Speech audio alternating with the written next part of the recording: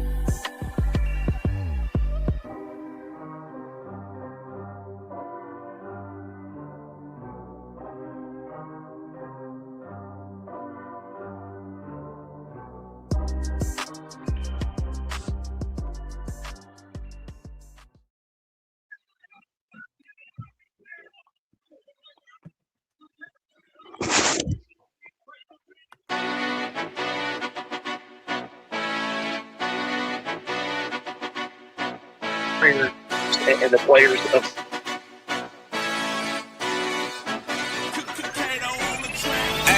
I'm about to go level up, I cannot settle for nothing, I never been regular, always knew I could do better, I finally made it this far and I'm not looking back, they didn't see all the time that I put in, now me and the money are way too attached, still rapping 919, the city is mine and I put it all on the map, coming for what I deserve, I put in the work, now I'm about to level up, been on my grind since 2013, now the way that I live, I feel like a king, 24 hours, I'm locked in, I'm feeling like Kobe, getting these rings. They bring six, Smith underneath, and they get it. Thornton. Nothing left on my bucket list, but I'm grinding like I'm still in the basement. Ain't nobody who working harder. Money tall like Wembanyama. They be talking for the sidelines while I'm on the court. I've been a baller. I'm about to go level up. I cannot settle for nothing. I never been regular. Always knew I could do better. I finally made it this far and I'm not looking back. They didn't see all the time that I put in. Now me and the money are way too attached. Still rapping 919. The city is mine and I put it all on the map. Coming for what I deserve. I put in the work. Now I'm about to level up. Always knew my potential. Hop in the portion, it ain't no rental. Came a long way from studying dental. Now I got plaques inside of my bedroom. Already know where I've been headed. I took my risk and I don't regret it. They showing me love, I'm showing it back. With every song I've been getting better. I know nothing that's good come free. No 9 to 5, I work all week. Put in my time and it keep paying off. I've been getting paid every time I speak. Used to have dreams of getting these ends. Now I make the money go work for me. Can't stop now cause I got what I wanted. Ain't nothing I need in my life but peace. I'm about to go level up. I cannot settle for nothing. I never been regular. Always knew I could do better. I finally made it this far and I'm not looking back. They didn't see all the time that I put in. Now me and the money are way too attached. Still repping 919. The city is mine and I put it all on the map. Coming for what I deserve. I put in the work. Now I'm about to level up, level up.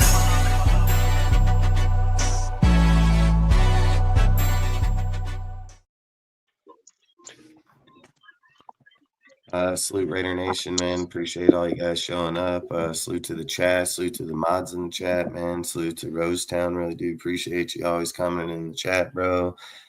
Salute to Mike. Salute to Harvey. Salute to Aaron, man. And salute to everybody else that'll be here later on. Salute to that one. I appreciate you always chatting too, man. So really do appreciate it. If you guys want to get a shout out before we get started, feel free. Yes, how everybody out there doing in Raider Land? It's the #1 Raider Stunner. What? Salute Dustin. Salute Aaron. Salute Set Time Raider Mike. And let's get this party started. One more thing, you know, I'm a big Ice Cube fan. And one thing, Ice Cube bought a song out in 1991 called America's Most Wanted, right? And he said this about Al Davis. He said, stop giving juice to Al Davis. He said, stop giving juice to the Raiders because Al Davis never paid us. I always wanted to tell you that. I'm finished. I know it's that one you love to hate, man. I yeah, you know what I'm talking about. That was funny. All right, salute to Dustin. Yeah. All right, salute to Dustin. Salute to Harvey. Salute to Sacktown Raider Mike. Salute to the chat. Let's get this shit going about freaking fraud Jay Glazer is. Get this talk going. The fake, fraud, and the phony. Hey, Dustin, thanks for having me on your show, man. I appreciate it, man. Aaron, always good talking with you. Harvey, you know, man, I love you, brother, man. You know, 2 tickets to paradise. We talk off the show too about music and stuff. It's always cool talking to you. And the chat, I mean, look at our, you know, Rosetown in here. The one you love's already in here. You know, Raider Mitch, what's up, man? Raider Mitch. He said he's in his what's meeting. Up? He said he's in his meeting. He's still in his meeting. Oh, okay. Yeah, he had a union meeting today. He might join us later. But cool. In Rosetown, though, man, fucking tell us a joke. Make us laugh, Rosetown. You're the ultimate comedian, man. Oh yeah, salute to everybody, man. Like I always say, appreciate everybody, man. Salute to everybody chatting, everybody coming, everybody watching. So look, man, I've said it yesterday. I felt like this guy was full of shit. I literally said it yesterday, man. I'm like, I said, is this guy gonna be on the stage talking to fucking Maxx out there, spokesman for him? I said straight up, what, 20 fucking teams call him, asking him about, asking him about. Salute, man. What is that? M1. M1 916 Raider Nation. Hell yeah. What's up, 116? What's good? So basically, last night, like I was talking on the show, I was basically saying, like, I felt like this guy was full of shit to begin with. I'm like, man, this guy's spokesman for fucking Maxx over here. A lot of the comments that were brought up were previously from the Pro Bowl when those were asked and reiterated on the deal. If people watch the videos, dude, is like, you know, literally when Maxx was talking about how he was saying, like, man, Vrabel's like, hey, we could either make 88 bands or 44 bands, you know, like, fucking, I want the 88, you know, like, I hate how people, like, in today's world, you can just twist shit up. And the thing I really hate is that some fucking dude can literally go on a fucking stage and radio way, media way, whatever they want to call the place, and just fucking talk about a guy on there, dude, like he fucking is representing him as his manager, you know, like I think that's crazy as fuck. And the other part is like I was sitting here thinking is like, you know, Maxx, he can probably, you know, easily just knock it right off by saying something. But he's also like, dude, I hear this every year, dude, the same shit over and over and over. You know, that's why I put those videos together and put them on my page showing like Maxx says, I got it tatted on me, bro. These dudes speaking for me. Don't they like they're not representing me, you know? And I feel like there's a lot of that, you know, and I at the same time, we're bashing on a dude where his contract, I talked about it last night, it's like perfect timing. You know, it's like the perfect timing. Maxx's contract, get rid of him before March 13th. You're going to only take a $5.1 million cap hit. You're going to get $66 million back. I mean, fuck, dude. Can we go from 90 million, 91 million right now to about 105 plus 30? You know, 132 we'll have in cap this year. Like, fuck. Definitely rebuild your team. That's a most definite factor. But I mean, if we're just mad at Maxx because he didn't want to be fucking benched, I think that's a little excessive. You know, like I think that's fucking way excessive for a dude that's done nothing but put his fucking heart on the team the whole entire time he's been here. Like, I think that would just be absolute insane. Look, everybody can have their attitude. When your best player wants to play, I don't see what's wrong with that, dude. Like, he should have that heart to want to play it, dude, and he should want to be out on that field. And I get it when the team has that much money invested in him and they need him to come off the field. Well, Maxx needs to listen to that too. You know, it's a two-way street. But Maxx was right back there. Maxx was right back there the very that same week. You know, so did he feel one way at 1 second and the other next? Yeah, I guess emotion, football, you're going to carry your emotions on your sleeve all the time. So for me, like I said, I've said this guy, Glazer, he does this shit all the time. He'll speak on shit, dude. He fucking misses on it. He'll speak shit that wasn't. And just like I said, I guess Simone was on media way. Fucking, he was walking by him. He fucking stopped, like grabbed his hand to shake his hand. And then he asked him, like, you know, like, are you serious about Maxx? And he was like, what? And he was like, you serious about Maxx? Like, you know, and he was like, oh, Maxx didn't say that. I said that. And I'm like, what? I'm like, what? Like, there ain't no fucking way. Yep. You can fucking get away with that shit. I just know Jay Glazer was bragging that he had like no less than 20 NFL teams calling him, checking, verifying if that thing was true. Why the fuck would 20 NFL teams? You're saying managers? Call him, yeah. Yeah, you don't think they would have called fucking Spy Tech like that? Thank you. You know, like, you don't think Spy Tech's the guy giving Maxx off, not them? Right. You know, like, I'm not concepting something. I'm not concepting that the Raiders literally said in the middle of the year when the fucking Cowboys called up to get him, he ain't going nowhere. They said straight up, Maxx ain't fucking going nowhere. Maxx is a fucking Raider. They made it clear as fucking day. And the thing I think is going to be that's becoming a problem is at the end of the year, right? They fucking wanted him to say it again. He already fucking told you once, dude. He doesn't need to come out here every time that someone's in a conversation and fucking reiterate the conversation. It's no different than Mike McDonald being in the Super Bowl and them asking him, hey, man, if you're down on fucking 30-something seconds away, dude, and you're on the 2-yard line, you running or passing. And he's like, hey, I'm not going to fucking do that to our organization. He's like, they made it here back-to-back Super Bowls. They fucking competed.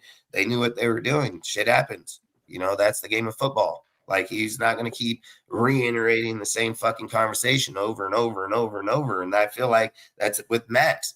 Why does Maxx not come out? Why should he? Why the fuck should he? He's already made it clear fucking 20 times that, hey, bro, I'm a fucking Raider. And I didn't hear Spy Tech, and I get it. Spy Tech could easily debunk the trade idea too by just saying, hey, we're not going to trade Maxx. But why does he got to keep saying it? He's already said it, dude. He made it clear, dude. You don't think he could have got a buttload of draft picks from fucking Dallas when they were looking for him? Yeah, he would have easily got it. So I don't see don't see why, like right now, because Max just got mad that they fucking benched him. I don't know, man. I think that's crazy as fuck. He makes one fucking deal, and well, let's just ship the fucking guy. Like even without shipping him, we still have $100 million. I'm pretty sure we can still fucking build a team. And I've talked about it the whole time. Build the offense first. Let's Clint go out there and fucking put up 28, 30 points a game, and we'll figure out the defense as we go. Like that's how we're gonna have to play. Yeah. Like we can't build a defense either with the fucking $100 million. 10 draft picks, $100 million. Like I don't know. I'm just not concepting it, but I do have the video so we can watch it because I posted that shit, and then we can get to talking to it. That's sweet. Talk about it real quick.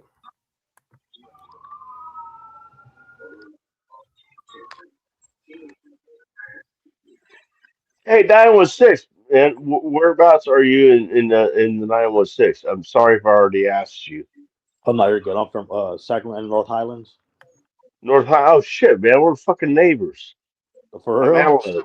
I'm Antelope, right by Antelope and Watt Avenue. Oh I'm shit! right off of there. Yeah, I used to live in Antelope. You kidding about Max, right? You kidding about Max? Max didn't say it. I was saying it. What do you mean by that? Hey, I know you're kidding about Max, right?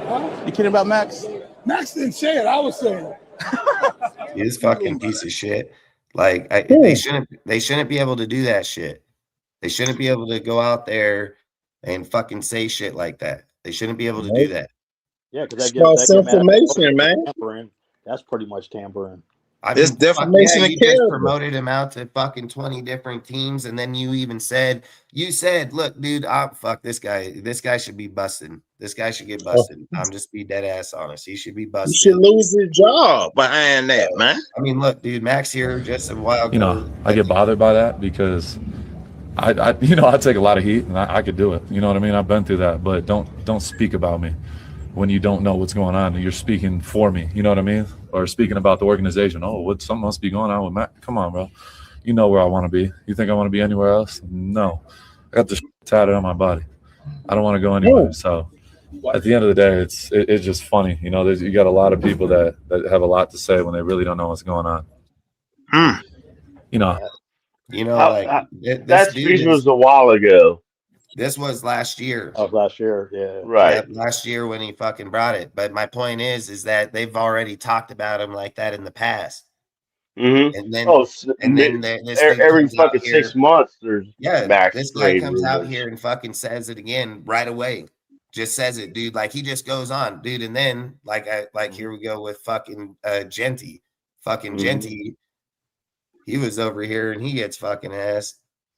Yeah, like I said, the KT Maxx Crosby's name out their mouth. I don't know about that. I don't know if there's enough boneless free wings at Applebee's to keep him on the Raiders. Oh my God! How many boneless wings would you give him? That was 100,000. X-rated. That's what okay, that's it. Maxx Crosby, 100,000 boneless Applebee's wings. It's gotta be enough to stay. Can you imagine him leaving? Like, really? Jokes aside? No, I couldn't. I mean, he's just a special player, man. Like, and I think he's a special person too. The energy, the mindset that he brings, and he was one of the first people to text me when I got drafted, and I'll never forget what he told me. He said, "Don't wait to lead," and don't wait to lead. That resonated with me because as a leader, you think you got to be a certain age or you got to be a certain type of player, but it doesn't matter who you are. You might lose Maxx Crosby. I don't know about that. Ashton, I don't know if there's enough boneless free wings at Applebee's to keep him on the Raiders. As many boneless. How many boneless wings would you give him? 100,000. 100. Okay, that's it. Maxx Crosby, 100,000 boneless Applebee's wings. That's got to be enough to stay. Can you imagine him leaving? Like, really? Jokes aside, what the fuck is this? He's just a special player. I think he's a special person too. The energy.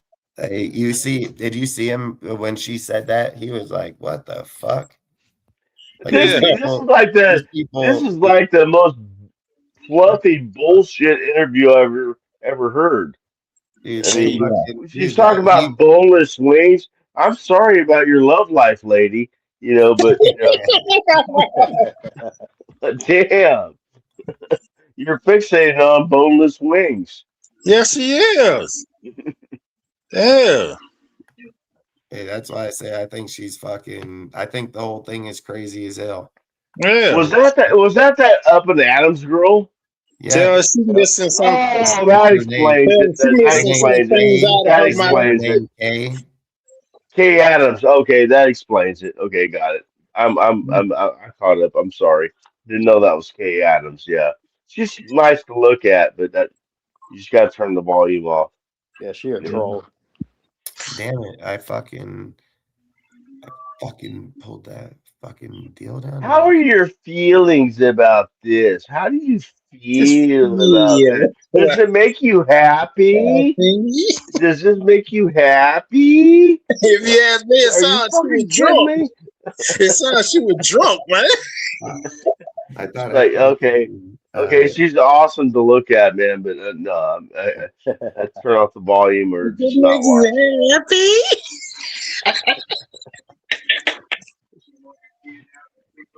Come on, baby, light my fire. M1. You So heard what me do you say think? time right away? I heard the door. I heard the doors in there. Yes. Yeah, that's what she sound like, man.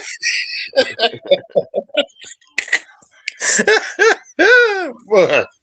All right, hey, so M1, what do you think? Like, what do you think about the whole situation? What about the whole Max situation? Yeah, and everything that's just going on in general right now. I think it's bullshit. I don't think he's going anywhere. I mean, if he does, he does. It sucks, but at the end of the day, it's business. But like Max said last year, he's a Raider for life. He don't want to go nowhere else, so I believe that he's going to stay. And we just need to build. We need to build around Mendoza if that's the way they go. If they don't trade that first round pick just to get more picks. But we need to get a new offensive line coach for sure. We need to get a new defensive coordinator because Patrick Graham's gone. Like, there's so much that the Raiders still have to do. Just because we got Kubiak doesn't mean that we're ready. We still need more pieces to the puzzle. And I don't like that Adams. Oh. No, it's facts. You guys have anything you want to add to it or what?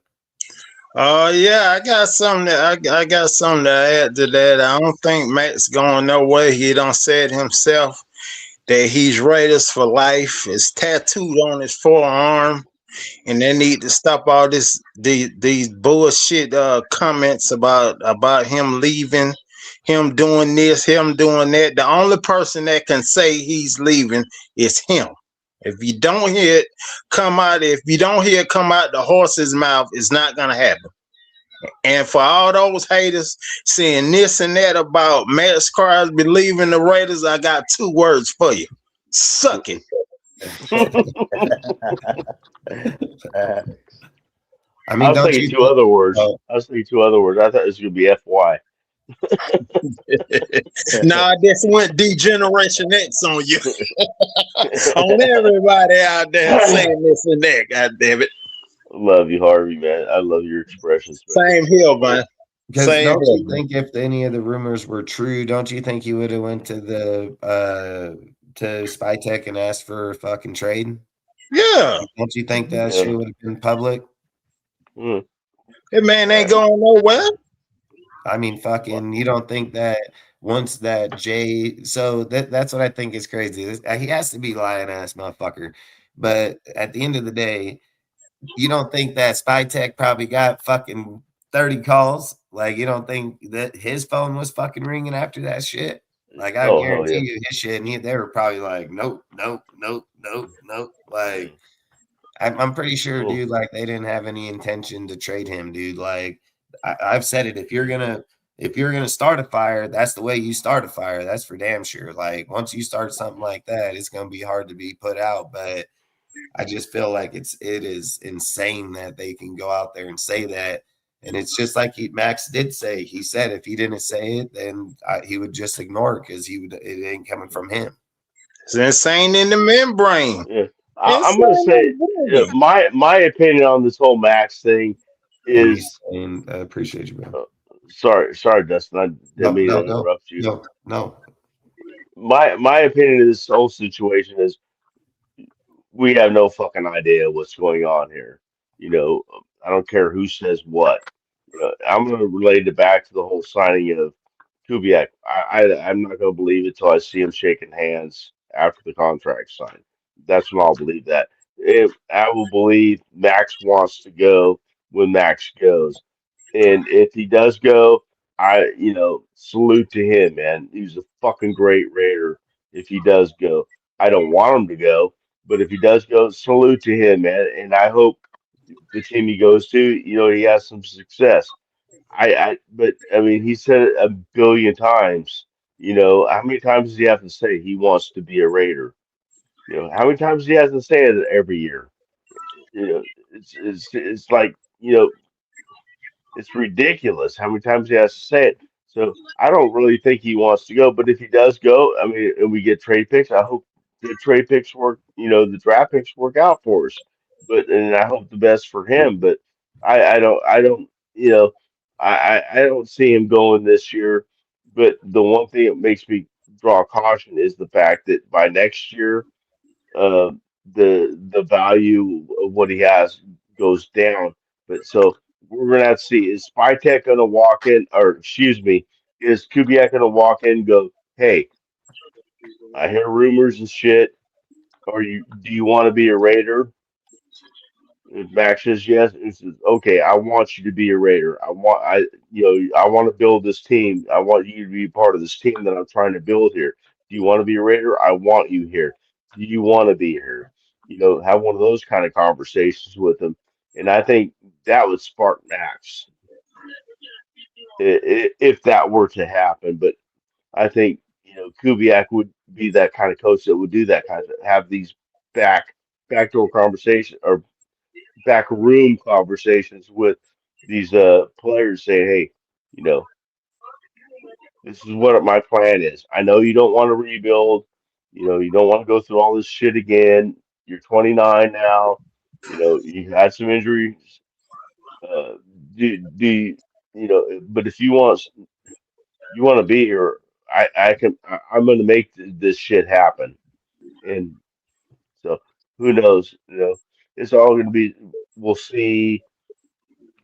In the next few months, what the decisions are and stuff. But I think I could see him doing something like that. Bill Kubiak. I mean, going to one of the star players and teams, say, hey, where are you at? I hear rumors. What's going on? And just talk to them about it. See where they both are at it. Then I think the decision will be made from there. Hell yeah. What do you think, Aaron? I feel like Jay Glazer's a little fucking fake ass fucker. Fuck Jay Glazer. That's why he works for sorry ass Fox.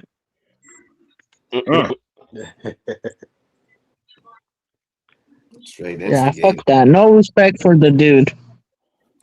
He doesn't know shit that's going on in the building. He tries to think, bro.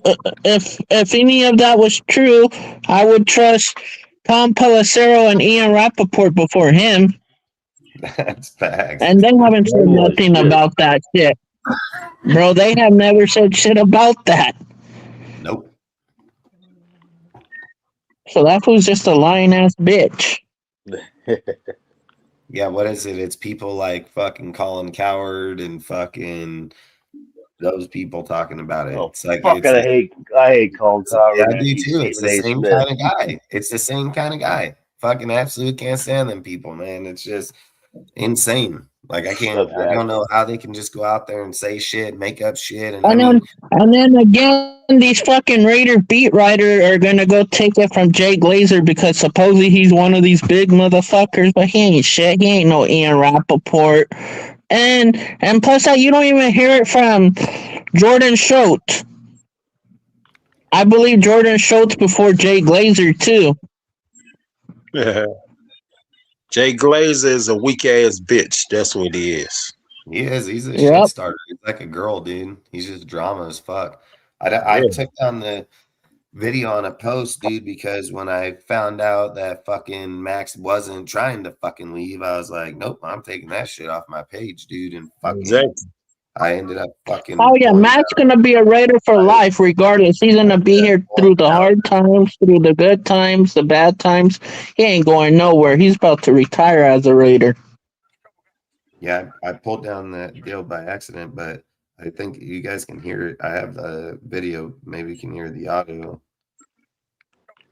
One shout out to Simone Raider for getting his ass on Media Row. Yes, yes. Tell me if you can hear. This is what he said. This is him, what he said. Their plan? His time at the Raiders is done. Before the draft. Is there a landing spot that makes sense in your opinion? Look at this shit, because I'm looking to help it out. Sure. What kind of haul do you think realistically a Maxx Crosby gets in general?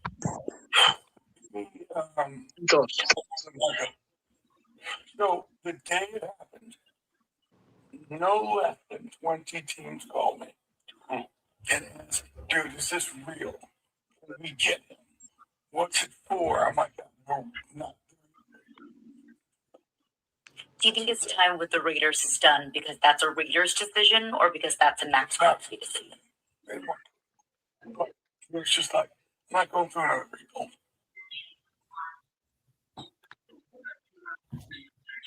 This fucking guy. He's just referring to when Maxx said that in the locker room. He said fucking that he wasn't looking to he's not here to rebuild, he's here to win. Do you think the team is closer to building towards a win now mode or closer to a rebuild mode? I don't believe in, I'm not here to rebuild, I'm here to win. So, I don't know whatever that means, but yeah, I'm here to win now, and wherever I'm gonna be, I'm here to win. So that's all that matters to me. See, I think people are taking it out of context. That was a while back. That was a while back. Right. And I think people are taking that comment out of context. Of course, Maxx doesn't want to be here to rebuild. Fuck, he's been here for 8 fucking years rebuilding. Yep. Taking the conversation out of context. Like, I think he's meaning like, I ain't fucking trying to be here to rebuild every fucking year. Like he's already, like he's doing it already. Like he wants to win. Like he's already said he's gonna be a fucking Raider. So if you just take out all the other bullshit, of what when he says I'm a Raider for life, I want to be here, I want to fucking win. He ain't saying it as like I don't want to be in this organization to rebuild. He's saying like we've been rebuilding for fucking 8 years. It's time I want to win. And you're telling me that the first time he gets a fucking real coach, he's just like, hey, adios, man. Like that's crazy as fuck. That's crazy as fuck. His whole family's proven, dude. Like his whole family's proven. They got good fucking lineage, dude. He's been dominating like a motherfucker, dude. There ain't no doubt about it. Like, why would he leave when that's the best fucking coach he's had yet? Like, it doesn't make no sense. And I've said it. I'm just gonna put it to the end. Period. You would think he would request a trade. His manager would contact the Raiders, especially after a day like yesterday, where it was everywhere. This fool makes 3 posts on his own fucking page. Don't talk about it one fucking time. Don't say a fucking word. Like he doesn't say shit. Like people even said, like he said that message about Raider Nation, I love you, this and that, stay together, this and that. I mean, these guys are bringing up shit that happened a while ago. And then all of a sudden now it's like some big fucking story. Oh, fuck, here's this big old ass story. He's like, this is Maxx. This isn't them. This is Maxx. What the fucking what? Max hit you up. He didn't hit up his fucking dude. He just hit your dumbass up, right? He fucking called you. Come on over here. Come on, Jay. Let me tell you the story. Like, I feel like this guy is just instigating like a motherfucker, dude. Like, you go out there, he says that, and then he says 20 teams called him. Shouldn't there be a rule? Like, shouldn't there be a rule? Why Sounds like teams calling him? Like, it reminds me. Make no fucking sense. What are they going to ask him? Can they trade for Max through him? What is Jay going to call up the Raiders and be like, "Hey, got you one"? It reminds me of something that Adam Scheffler would do. That's crazy. I think that's crazy as fuck. This guy. Yeah. Then you get Smo and that fucking stops him on the deal, asking him like, "Hey, bro, like, is that shit for real or what?" Oh, Max didn't say that. I said that. Oh, what the fuck? Like, what the fuck? I don't even know how you can even do that shit.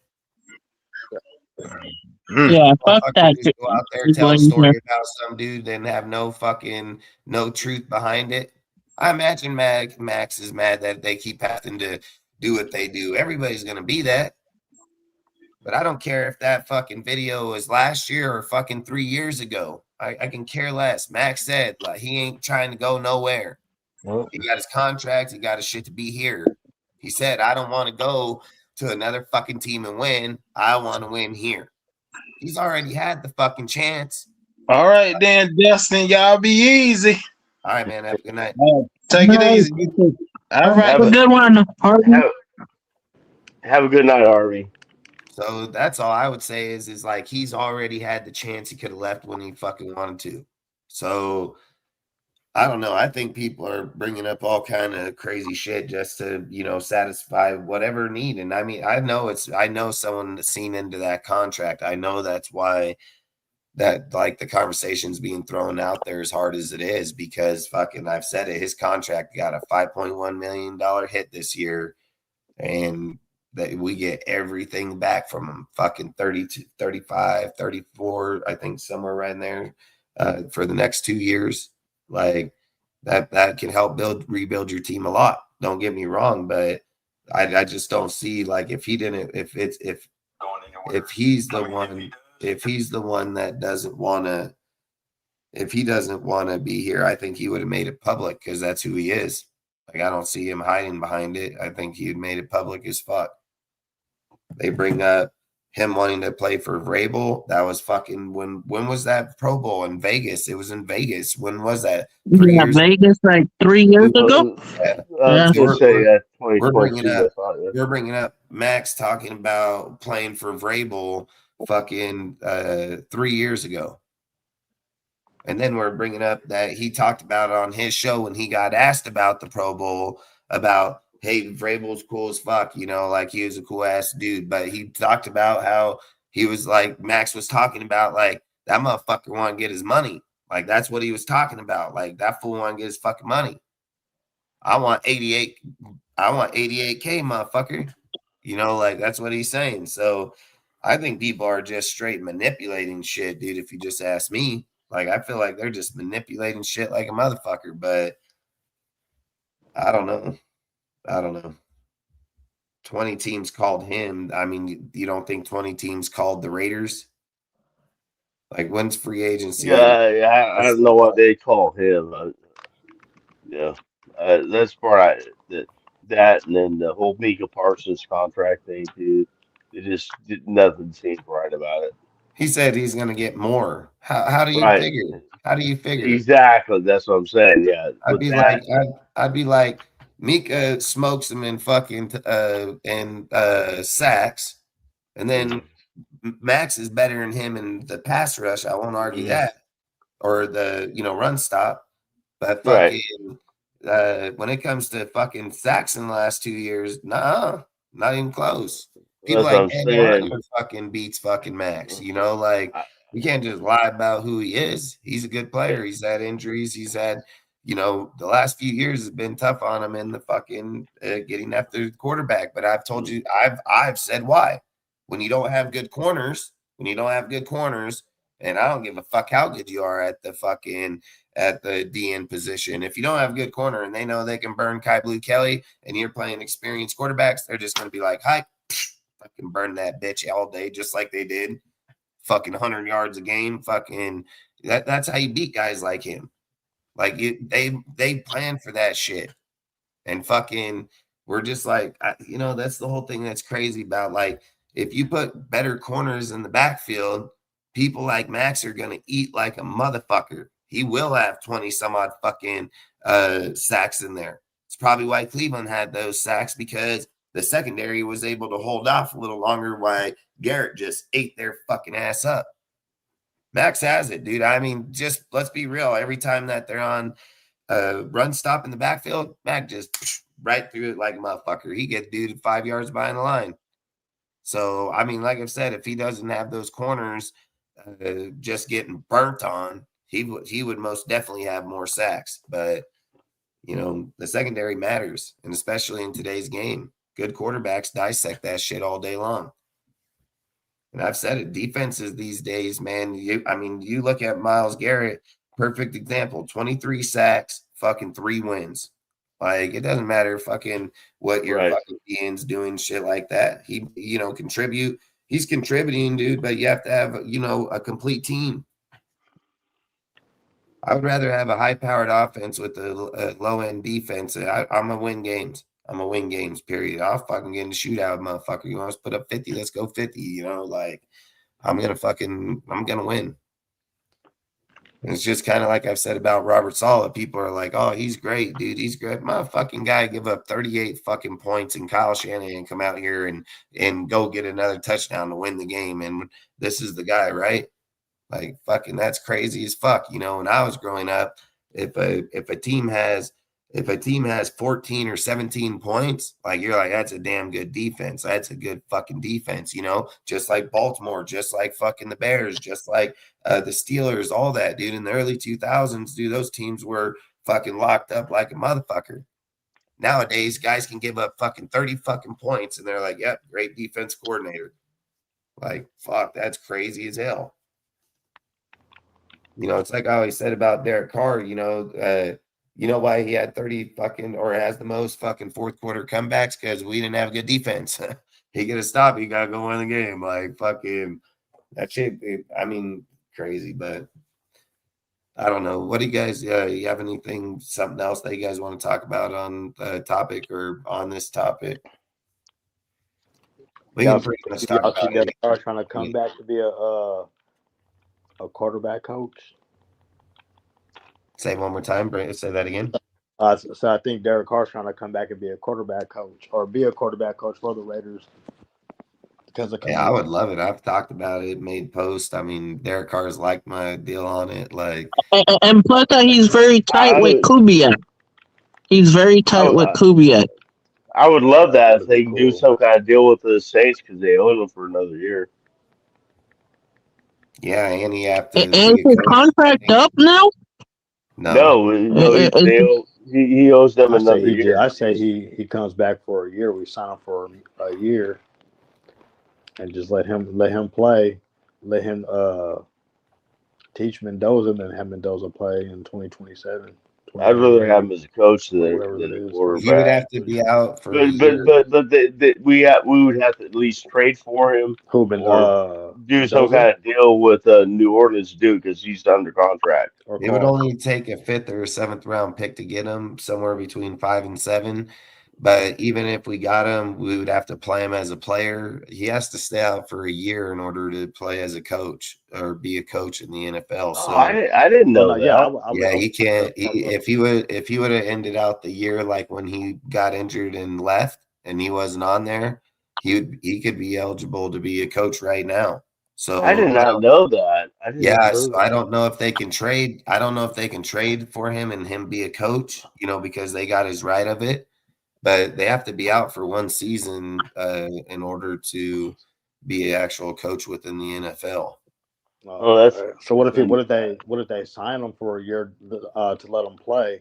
Well, and at the same time, Derek Carr was out due to injury, and from what I've heard is when he was out, that because he turned down the contract, he didn't want to take the contract. So technically, Derek Carr already qualifies. The problem is I don't know. Yeah. I don't know if you trade for him, if he can be the coach. I don't know. Like, I don't know how that works. I don't know if they trade for him, he has to be a player. Like, I don't know how that works. I don't know how the trade I don't know if they can say, okay, listen, Derek Carr doesn't want to be a fuck quarterback. We want to trade for Derek Carr because we want to make him quarterback coach. I don't know if they're allowed to do that. But I can probably find out. I can probably find out tomorrow, but I just don't know off the top of my head right now if they can. I can guarantee you for a fact you'll find out. Say one more time. I said I know for a fact you will find, if you want to find it out, you will find it out. I'll find out. I know. I can probably find out. That I know for a fact. I can probably find out here in a minute because, like I've said, I think I think from what I've heard, I don't see why he couldn't. And Derek Carr, it seems like Derek Carr is open to it. You know what I mean? Like, and I know he's just playing, like, I know, like, on their show when they're like, he says, like, you know, what was that one dude's name? Chitty or something like that. And then he was like, I'm just one phone call away, man. Fucking, hey, like, there's part of him kidding, but there's also the part of him not. You know, like, you can see David. He's like, did you talk to him and shit? Like, there's a lot of things, dude. Like, he gels with him really well. And I've said it, Derek Carr is a diehard Raider, man. Like, he's a diehard Raider. And I think when you have and to be honest, Justin, he wants to come back. I think he wants to come back and sign his one-day contract too, because he will retire as a Raider. I'd rather have him back as a coach, man. Yeah, and plus, he's been talking behind the scenes with Mark. He's been talking with Mark a lot because that was Mark's quarterback draft pick. That's Mark won it. No, those guys are buddies. Yeah. And to be honest, I think out of each draft, I think Mark has a player to get drafted. I think he does the same shit like his dad or every other draft. What's that? That picks out a player out of the whole draft. I wouldn't doubt it. He's the owner. I mean, I'd hope he would. Because this last year he won it Dante Thornton Jr. for the speed, like his dad used to love the speed. Oh yeah, he's just gonna need time. That guy got to learn to catch the ball. Yeah, bro. He's a raw player. He needs a coaching staff. He's a coaching staff that actually knows what the fuck they're doing. And eventually Jack Besh will too. He just needs to get on the field too. Both of them need to get on the field. Jack Besh has talent. There's a big difference. Jack Besh most definitely has talent. Just needs to get on the. He just needs to get. Get on the field. Well, Pete Carroll's stunned everybody's growth, all the rookies' growth. He's stunned them all. If Besh was out there all year playing it when they decided that they were going to move on from Jacoby, if that was John Gruden, Besh would have been playing from day fucking one. He would have been playing day fucking one. He would have started getting him season because he know fucking Jacoby's leaving, and we don't fucking do that with him the whole time. We play Thornton and good. Thornton was good in camp, dude. Anybody can be good. They call him camp players all the fucking time, dude. They're fucking Gino looked like goddamn couldn't throw a better football. Just go listen to half these fucking beat writers, these YouTubers. They're just full of shit. I talked the whole entire time. I was like, fuck, Gino's trash. Dude, this guy throws fucking 10 interceptions a fucking camp. People kept telling me fucking, what was this? Kurt Morrison tried to tell me, oh, it's just camp, bro. They fucking, no, you're full of shit. I was like, you're full of shit. Like, the dude throws fucking goddamn 4 fucking interceptions per fucking practice. I remember you saying that too. Yeah, these guys, they're full of shit. They just cover up for dudes because it's like for whatever reason, I have no fucking idea. When I played football and shit, dude, it was you got to be good. Like, that's how when I played football, you got to be fucking good. You're gonna get your spot, like, straight the fuck up. And nowadays, they don't give a fuck. They don't care. This guy was shit through the whole time. I told people the whole time, dude. People were telling me Aiden O'Connell was playing way fucking better, as in not throwing interceptions, fucking gelling in the offense way better, and they fucking did a Gardner Minshew all over again. And then I even told people at the end of the year, when we were talking about the Pete and Gino deal, I told them all, hey, man, the biggest fucking question in this bitch is, dude, is at what point will fucking Pete go to fucking bench Gino, dude? I said, this can be a big fucking problem doing this. I said, Gino will end up being like Gardner. I said, look at the numbers. They're the fucking same damn shit, dude. Fucking they mimic each other damn near to the T. You're taking Seattle's fucking defense and team compared to the fucking Raiders, dude. Like, it's crazy how we view our team, how we view players. And the other thing I talked about is how fast motherfuckers jump on their fucking nuts telling, oh, they're going to the fucking playoffs, man. That's Pete's fucking guy, bro. Like, fucking, nah, you're dumb as hell. Fucking Pete just came off a SSI check, dude, in fucking retirement. And we're like, oh, come on over here, 74 years old, and bring fucking Gino. Bring your other fucking son, you know, fucking. You got all three of your kids here. You got Gino, fucking Brendan, and fucking Nate. Like, none of them can do wrong. Every fucking game at the end, what does he say? Oh, Gino played a great fucking game. You know, that batted ball down at the line. That's not fucking Gino's deal. You know, that would have been touchdown if I don't fucking would have. That's not how the game's fucking played. It's not how it played. It wasn't. That's how it's played. Motherfucker wasn't. Dude jumped up. Wow, knocked that bitch right out of the fucking sky. Like, how the fuck do we just come from? It ain't now. It's not now. You know, like, that shit's crazy as fuck. We just have no standards, dude, when it comes, like, when Pete was here, Salute Dirty. You know, like, we had no standards when Pete was here. Salute Dirty. What it do? Like, nobody can do no fucking wrong. And when you started that fucking deal and everybody else can see that shit, that's when it started fucking hurting your team. Just straight the fuck up. No accountability. Any fucking guy comes here and bared with Pete, dude, the years before and in fucking 2013, we're like, yeah, they're fucking superstars. Like, you're just fucking instant fucking spot. Nobody can do no wrong. And the dudes will fucking suck. You know, like, that's the whole thing I think is just crazy as hell. Salute Al. Just crazy as hell. And I just feel like once you started that culture, how do other people respect that shit?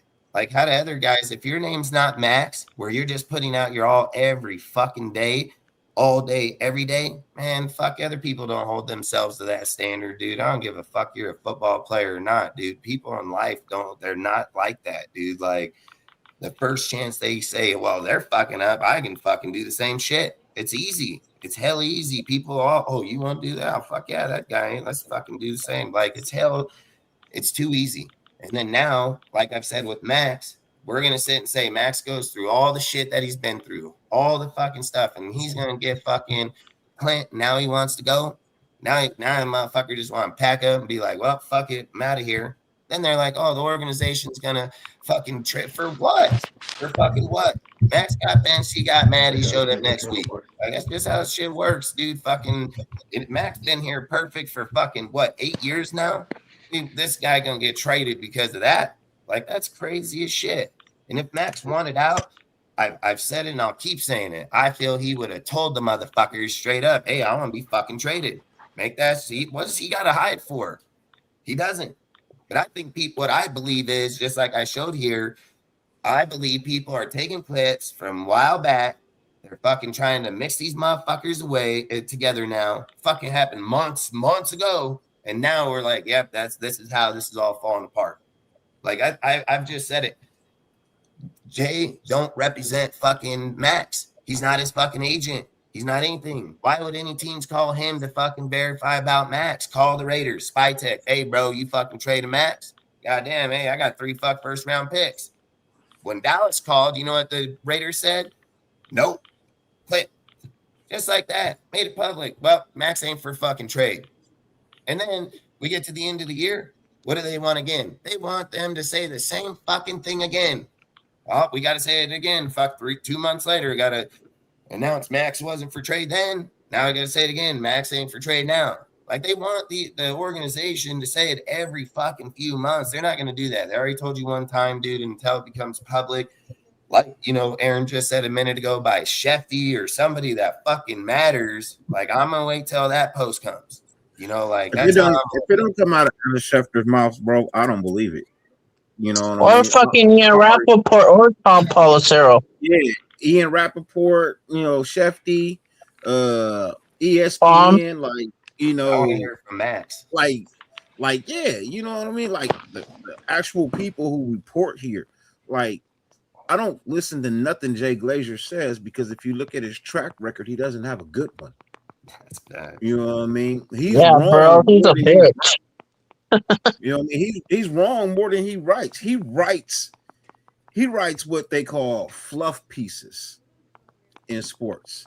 You know what I mean? He writes pieces that get your attention, or he may write something that's nice about somebody or a certain franchise or something, but like actual facts, dude don't ever seem to have them down right. And maybe he's being fed the wrong information because somebody just wants him to quit. You know what I mean? So like, but yeah, every year he's got something to say about Maxx Crosby being with the Raiders, and every year he looks like the asshole he is at the end of it. He looks like a straight ass. Like, bro, when are you gonna stop doing this F-boy shit? You know what I mean? Like, when you gonna stop doing this F-boy shit, bro? This is weird. You know what I mean? Like, at some point in time, this becomes weird. Like, this some kind of like fetish you got, bro. And I feel like that's kind of out there. That's facts. I said it last night. I said this guy, I said straight up, this guy, there's something wrong with this fucking dude that just doesn't seem right. It don't sound right. And then when I heard that shit out there that happened with Simone and him, I was like, nope, I knew this motherfucker liar, dude. I knew he's a storyteller. He's a straight storyteller, dude. And if you notice in the video, when he was being asked these questions, he went from talking like we're talking to, yep. Oh, yep. 20 teams. You know, like he just went to a whole different fucking one syllable answers. And yeah, he just went to one fucking mode fucking dude instantly. He said 20 teams, right? Yeah. Derek Carr said the same shit today. 20 teams called him too. Yeah. Where's the report on that? You know what I mean? 20 teams called him too. Hey, that's bad. Inquiring about his services. Like, is he still going to play? Yeah, where's that? By the way, Gertie and Al, hi. Salute to you guys. Yeah, man. What Cat Williams say? You say 20 games, Daddy? You say 20 games? Well, let's go and get the Super Nintendo then. Shit, 20 games. That's dude, I'm telling you, I just feel like ghost stories out there happen, and I feel like they just happen at the wrong time, because there's a part of me, like I said earlier, like people had to be checking into Max's contract, dude. And I feel like, you know, like with our organization, where people always say, like, once you start a conversation and it grows to a certain magnitude, even if it's not true, there's some truth to it at some point, as in it's going to start happening on the opposite end. Because look, I've said, why did it happen just like now, like the way he did it on that stage, why he talked about it?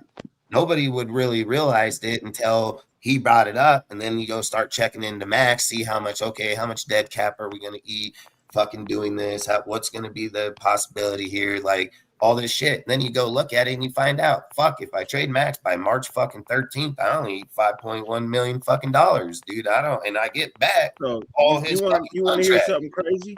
You want to hear something crazy? I got a homie that worked Media Row.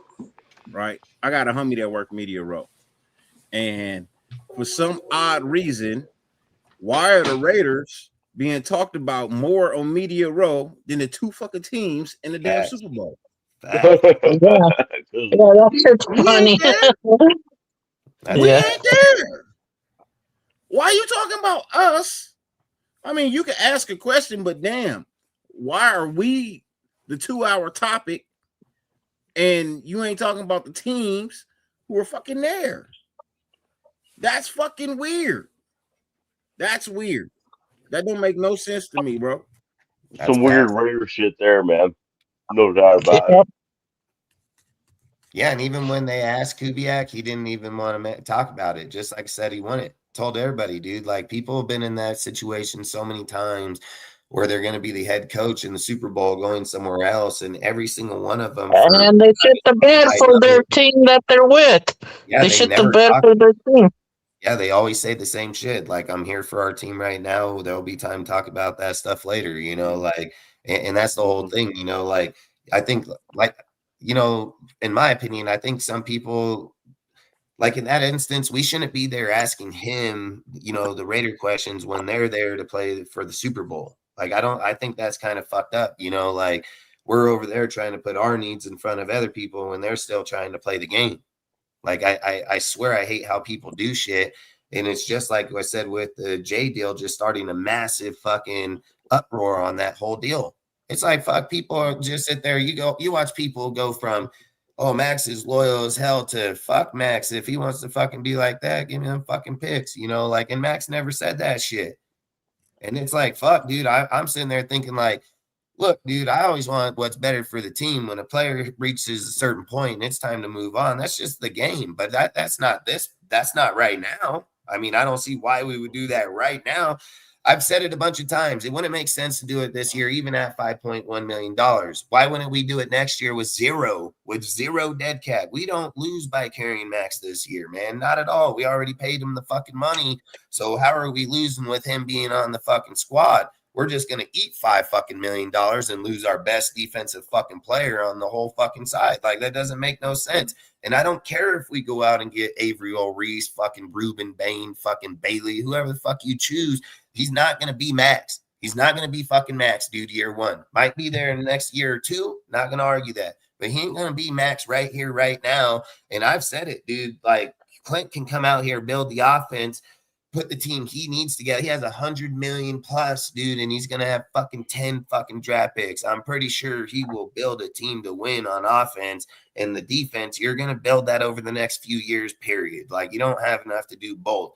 And I'm not gonna lie, if you did ship Max and got $2 million back, I'm not gonna say that it's gonna buy 3, 4, fucking 5 more people. I mean, I'm not gonna argue that, but I just don't think you do that with somebody like him. I think that's just spit in someone's face for no reason. I mean, fucking, I almost strongly agree that until Max himself fucking requests a trade or the organization makes it public that, hey, we're going to be trading Max here before the draft, which they have never said one fucking time. It's the only people saying this shit are fans and beat writers. So many motherfuckers. There ain't been one motherfucking report come from anybody in that organization that said, yep, we're going to trade fucking Max. We're listening to all open calls, all this shit.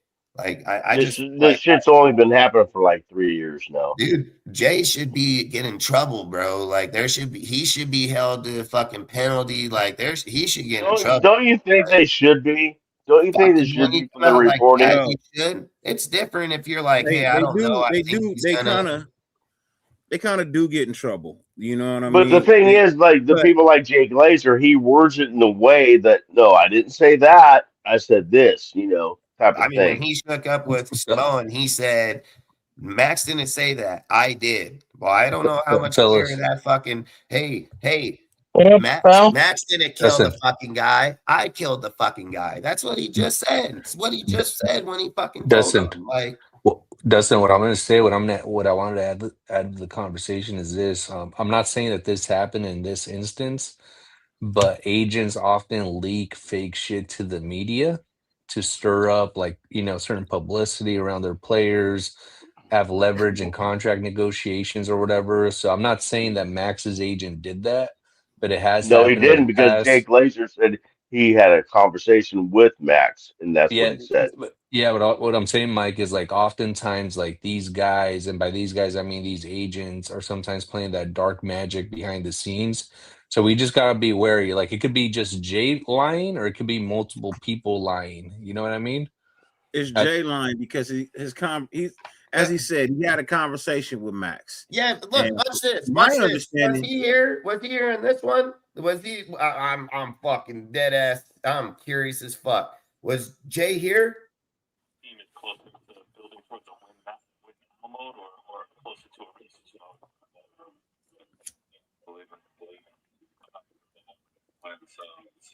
I don't know what that is, but yeah, I'm going now. Wherever I'm up here, I'm just wondering, when that conversation took place, was Jay in that motherfucking locker room when that conversation had?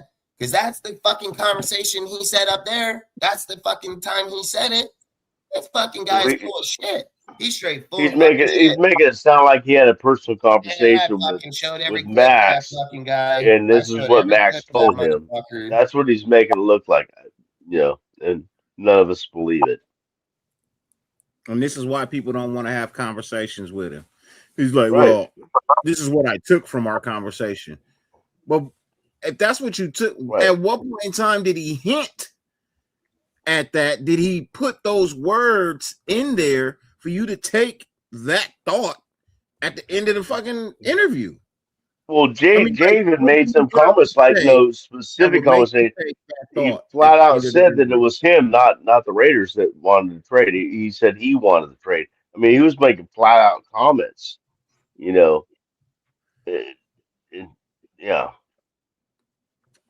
I don't know.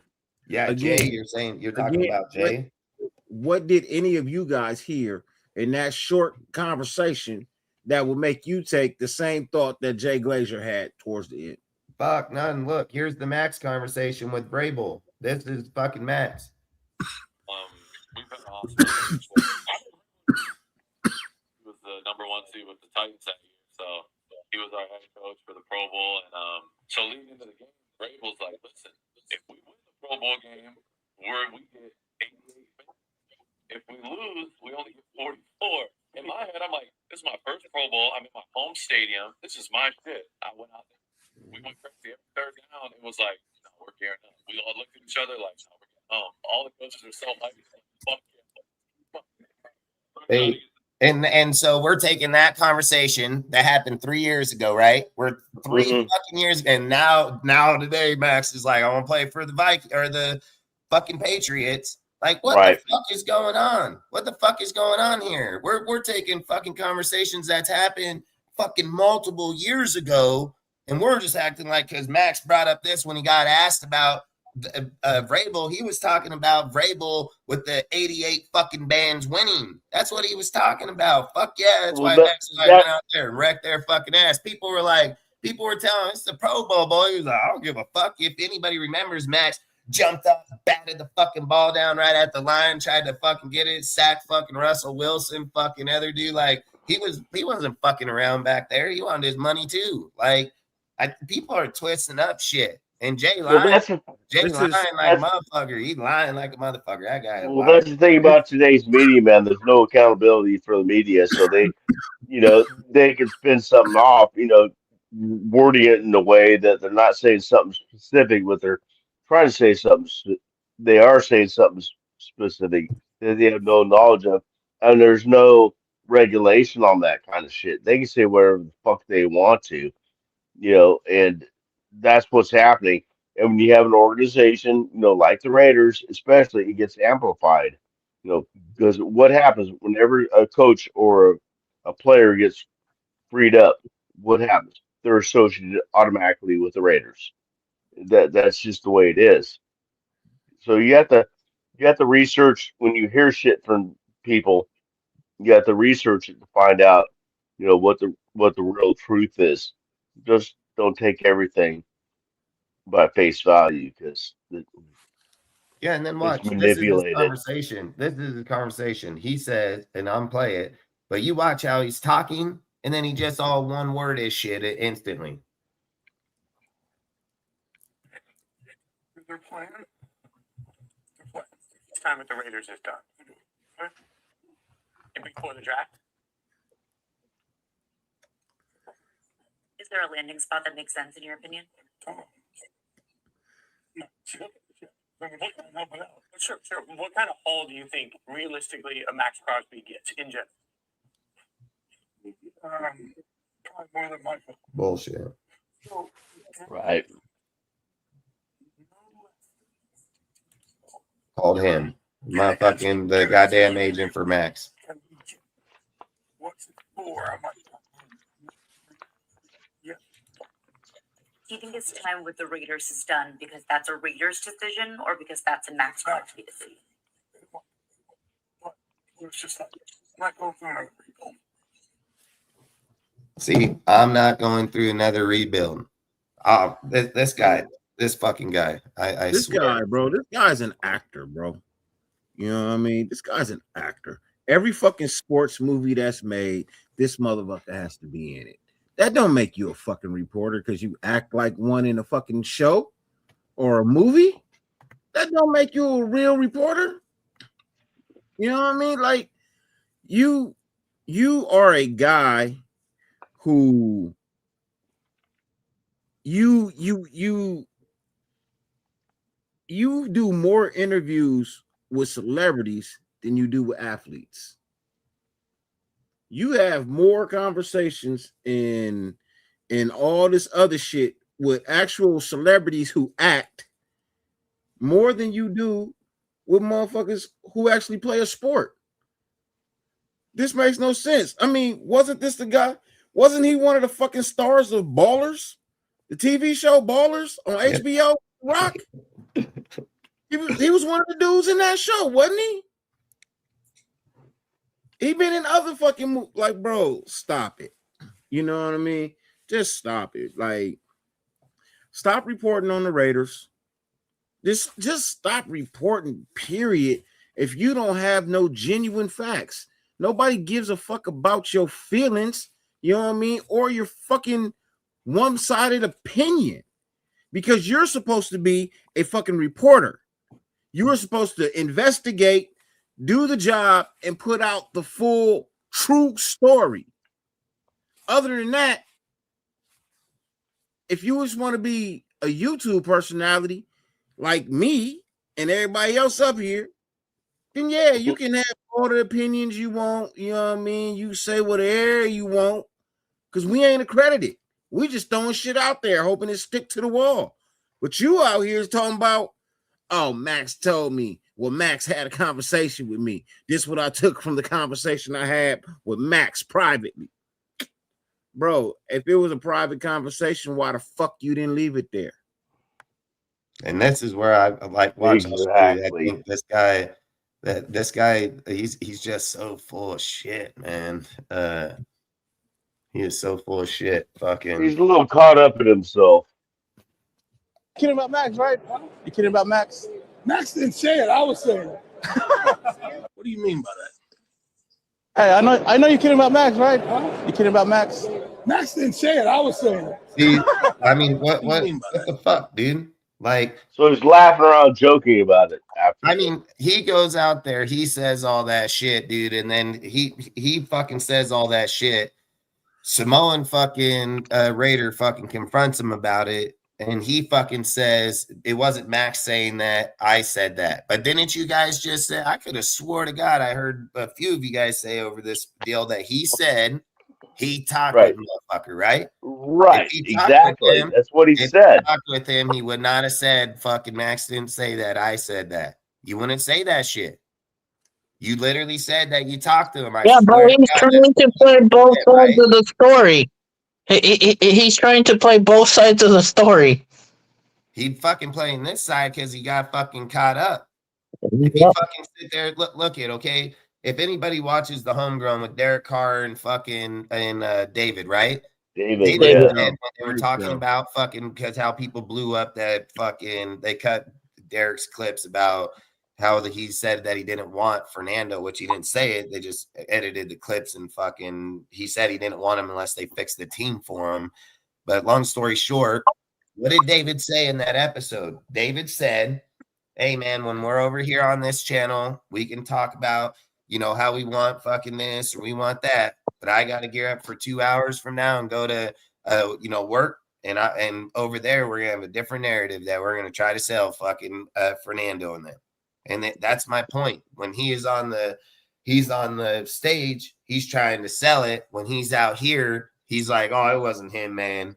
He knows that Samoan's a big dude for the Raiders. Like, he knows that. And you just threw out some fucking huge ass news. Like, you just threw out some massive news, man. And how do you fucking know that? These dudes fucking hang out with the dude. Fuck, this guy know it? Like, fuck, I think that's bullshit. I said it, dude. There should be a rule against this shit. Like, you literally just tampered fucking Maxx Crosby, dude, and you're not even on the team. You put his name out there and say a team. Let's just say this case. What if a team came to him and let's just say, I don't fucking know. I'm just going to use an example. Like, just say Cleveland said, hey, man, fucking, you go out there, you put out this news, and we're going to fucking call because we heard that they're fucking trying to trade Maxx. Now the news is so big, they're going to start, obviously, 20 fucking teams hit him up. Now it's open bidding. Oh, well, how much you want? You know, like, I don't know, man. I think there should be rules like how, like I said, he should be penalized, man. He should be. I mean, I used to work for a newspaper. I wasn't a writer or anything like that. I just worked maintenance. I fixed things. But I mean, I know the writers at the newspaper were held to an account. Like they had to be very careful on how they said things because if not, you're automatically fired and you're banned from that. You can always get a job somewhere else. And a newspaper, I admit, is a way smaller media event than like what Jay Glazer or ESPN Do they even shit put like out that are papers on. anymore? But you had to. They actually do, but they suck. But yeah. Well, yeah. I actually worked for one You for can like order a 24 digital years. now. That's crazy. Yeah. You can order a digital So copy of the newspaper. no, Yeah. the building I worked in was flat, and they're going to make low income housing out of it. Anyway, that's another subject. So, and then this is, like I said, this is Maxx just last year during the same time that other one happened where Maxx was asked about, fucking people talking about him getting fucking traded. You know, I get bothered by that because I take a lot of heat and I could do it. You know what I mean? I've been through that, but don't speak about me when you don't know what's going on and you're speaking for me. You know what I mean? Or speaking about the organization. Oh, something must be going on with Matt. Come on, bro. You know where I want to be. You think I want to be anywhere else? No. I got this tatted on my body. I don't want to go anywhere. So at the end of the day, it's just funny. You know, you got a lot of people that have a lot to say when they really don't know what's going on. You know. See, I just feel like, and I'm going to just keep double downing on it, is that why wouldn't fucking Maxx just go to the spy tech and tell him that he requests a fucking trade? In today's era, it's common as fuck.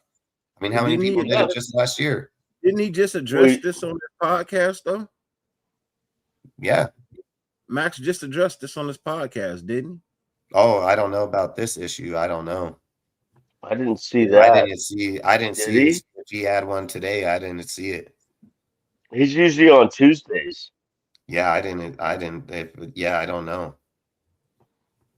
Yeah, this shit came out Tuesday, didn't it? Oh, I didn't see Tuesday's show. No idea, man. It came out yesterday about Wednesday. What? Yesterday was Wednesday, right? So yeah. Yesterday it came out. The report came out Wednesday.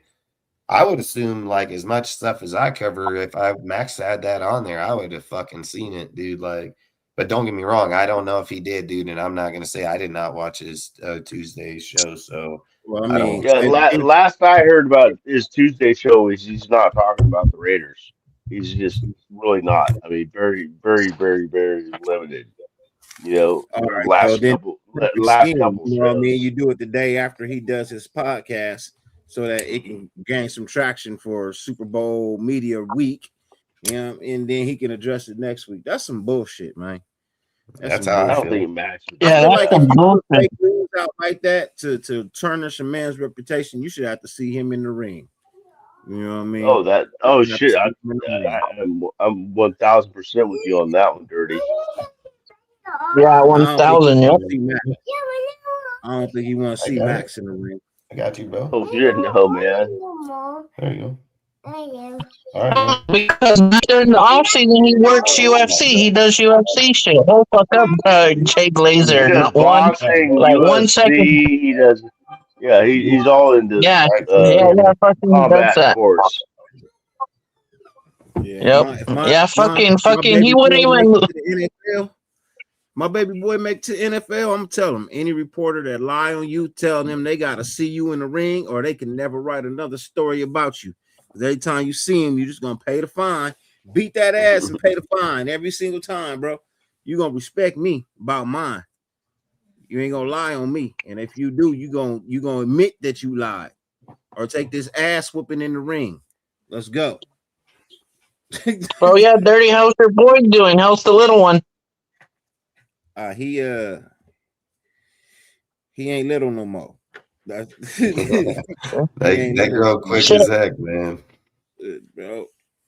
He 3 going on 27, bro. He 3 going on 27. Dang, already 3? Dang. Yeah. I remember when you guys had him. This is the grownest kid I've ever met in my life, bro. And I mean that. Yeah, freaking Dustin has one too. Dustin has a little one too. Isn't he turning 22? He holds 25, 30-year-old conversations, bro. That's the problem. He's not holding grown ass adult conversations. Like, we was playing the game. He was like, nah, this ain't gonna work out. This ain't how it's supposed to be. You making this more complicated than it really. I'm like, bro, what are you talking about? He's like, nah, this ain't gonna work, Daddy. This ain't working at all. I said, damn, okay. How old is he? He 3. He's 3 now. I remember. Dang, yeah, that's been 3 years already. Hey, that's just like him right here, dude. This guy is the same way, dude. The kids, I swear to God, like they fucking grow up quick as fuck. And he's 3 years old, and he's the same way. He's the same damn way, and it is insane as hell. And I mean, I think the reason that they're like that, I don't know if he has any brothers or sisters, but I know that since he's had his, grew up with his brothers and sisters. Oh, he's way, way faster than all of them just because he watches them ever since he was 25. My oldest is 25. You know what I mean? I have 25, I have 21, I have 18, 17, and him. You know, he the youngest. Everybody else teenagers. Everybody else like almost adults. Yeah, facts. I only have one. A lot of this shit he get from Paw Patrol. You know what I mean? Bro. That's this guy, dude. He has every toy, every deal. I only have one. I have one kid. She's my daughter. She's 26, and I have a granddaughter.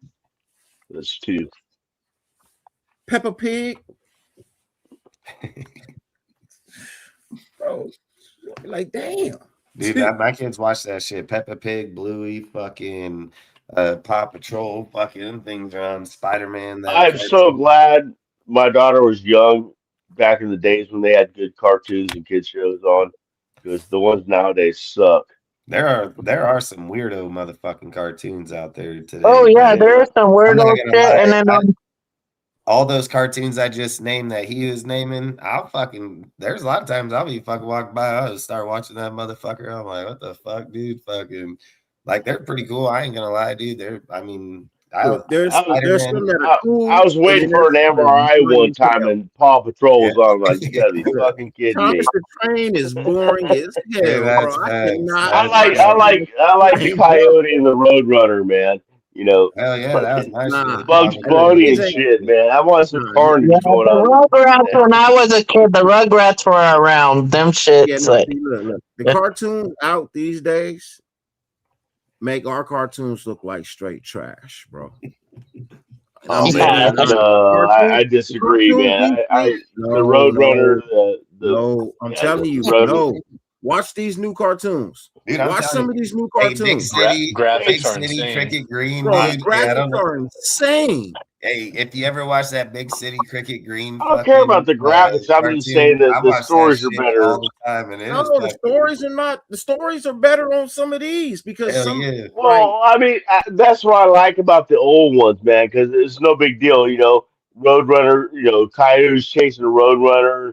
And Roadrunner always, always loses. It was just funny, man. It was just funny. It was but they consider all that shit offensive. Pepe Le Pew, they don't show not a single. That's totally offensive. Now that's totally sexist. Yeah, Pepe Le Pew, they do not show not one Pepe Le Pew cartoon. No way. It's considered sexist or feminist or what do they call it? That's cold-hearted. Misogynist, bro. Yeah, That's but cold hearted. Misogyny I is grew everywhere, up man. on the Tasmanian Devil, who I loved, and Speedy then Gonzalez, Roadrunner dude, fucking and all But Speedy them. that's crazy. Gonzalez, the You can't Fast see Mouse, Pepe Le and Pew, but Slowpoke. you can see Speedy Gonzalez. That ain't racist. No, That ain't I know. I'm not Yeah, saying that's just racist. any of it's not racist. racist, but I'm not saying that. But that in those days it wasn't Fucking looked Dustin upon dying that out there. way. It Fucking was Dustin's not dying. looked upon that in the 70s. It wasn't looked upon. It's not like nowadays where everything you can't say shit about nobody without somebody getting offended. It wasn't Hey, that hey, way it wasn't that way when I grew up. hey, Mike. Everybody had some skin. Hey, Facts. Mike. Dirty has a point though. That fucking mouse was racist, dude. Let's be real. That fucking. Oh yeah, no Yeah, doubt that about it. motherfucker Oh was. yeah. And Slowpoke brought no they Yeah, won't. let's be real. And Pepe Le Pew was a sexist, no doubt about it. And the violence Was in he those a sexist or was he cartoons was, romantic? Because every huh? time he did something, it was always to be romantic. He never, you know what I mean? Man, Oh, for real. yeah, okay. Well, no, he was, yeah. No, I'm not. When she I'm ran, saying he let her they're go. not they're He not didn't hold her politically down. they're not politically correct in today's standards. But in the days when they Fuck. were showed, Today's there was standards no are fucked PC. up. We didn't know what PC was in the 70s. We didn't know what that Pepe, was. Pepe Everybody Le Knew had what Pew. skin. PC was. You just Everybody had to had put a skin. I'm no. Y'all Irish. knew I what heard all PC kinds of was. Irish But you just had shows. to put I mean, another we P we on it. had skin. We didn't give a shit. That's what they was doing. Hey, It's a look, fucking joke. It's a y'all was cartoon. PC. Y'all was PC in the 70s, but you had to put another No, P we on it. weren't. PCP. You was PCP in the 70s. You didn't give a fuck. It was high as kite in the We 70s. didn't give a. I mean, yeah, it was like it was fair game for Hey, everybody free, because everybody got teased. Everybody got teased. Now you can't tease nobody because you're going to be put in a classification. Hey, It's I ain't gonna lie, ridiculous, dude. When man. I grew up, Angel Dust. dude, when PCP. I grew up, we Angel all sat Dust. in the rooms talking shit to each other, playing video games. You did that today, you'd hurt someone's fucking feelings, like literally, Right. dude. Like, That's all. That's all I'm Facts. saying, man. The yeah, old days, the I would good have a cartoons. grown ass man tell me, like, Yeah. that wasn't nice, man. Yeah. I'm offended by that. Yeah, I don't give a fuck. You think I Yeah. fucking care? Like, fucking good for you. I mean, Nobody ever heard of that kind if of you're shit fucking back when I around with was your growing up. friends, dude, you shouldn't You're have to offended by worry what? about What the some fuck? dude just getting in his emotions right. Yeah, come on, bro. All right. Yeah, people didn't say shit like that back in the 70s. I'm telling you, man. I lived them, man. It was just it Oh, wasn't some did considered, it. man. Hippies did. Come on, man. You can do better. Peace, bro. Peace. There was peace because nobody gave a shit about being, Look, laughed at. There the was 70s, peace the because 60s and everybody got 70s. laughed at. Everybody got laughed at. I'm Look, Irish. We got look, laughed at. 60s We're and all a bunch of 70s. drunk motherfuckers. Here's what people don't With realize small about the dicks. 60s. That's an Irish guy. That's but we didn't give a fuck because it's a joke. Christ, Well, grow some skin, man. here's the thing, Mike. You know what I mean? And a lot of people don't know this because they not close to that era. You know what I mean? They're not even close to that era. And one of the things about the 60s and the 70s was that was one of the times in America where the Constitution actually worked the way it was supposed to work. Right. Everybody was allowed to do their protest. Yeah, some of them ended Free in violence. speech was Free speech free speech was it's not like it is now. it's not like it was now. People carried guns. Everybody had the right to bear arms back then. You know what I Right. mean? Like the 60s and the 70s, it was that was more and towards right in the 80s before Reagan got in. You know what I mean? That era, if the world could return to that era with the wealth and knowledge that it has today, that shit would be perfect. Yeah. That shit would be perfect. You know what I mean? Everybody Everybody can't get their fucking feelings hurt, man. God damn it, grow some skin, man. People Well, back cared. then, People cared about one another back then. yeah, Exactly.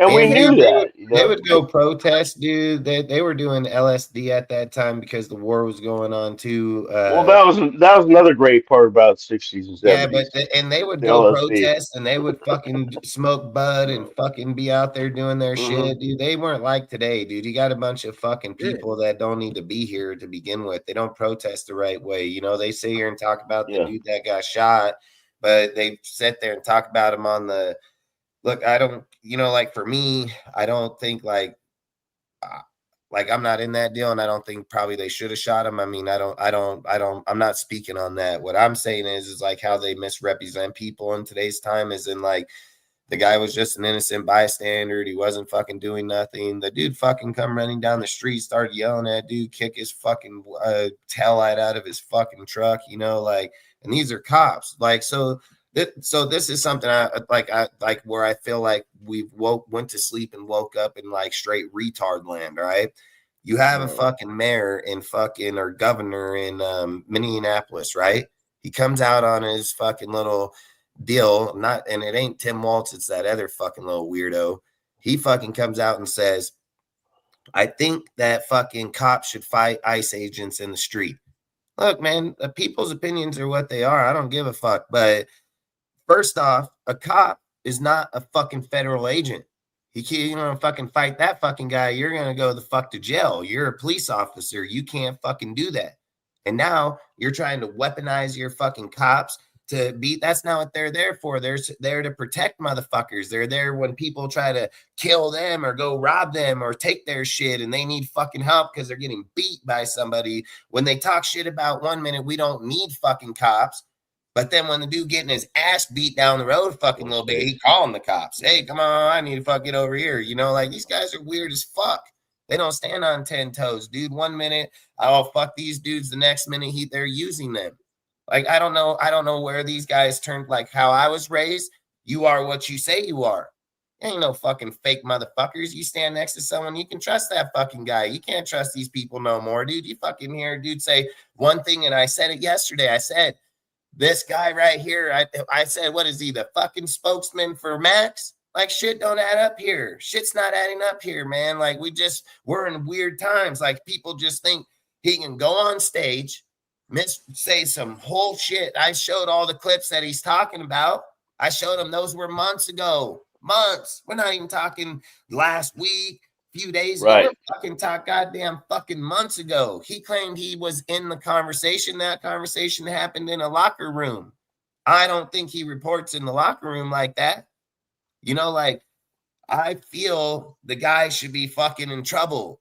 He came off of the stage, fucking got asked by Samoan, and he said, Maxx didn't say it, I did. You just said you just shot the motherfucker, okay?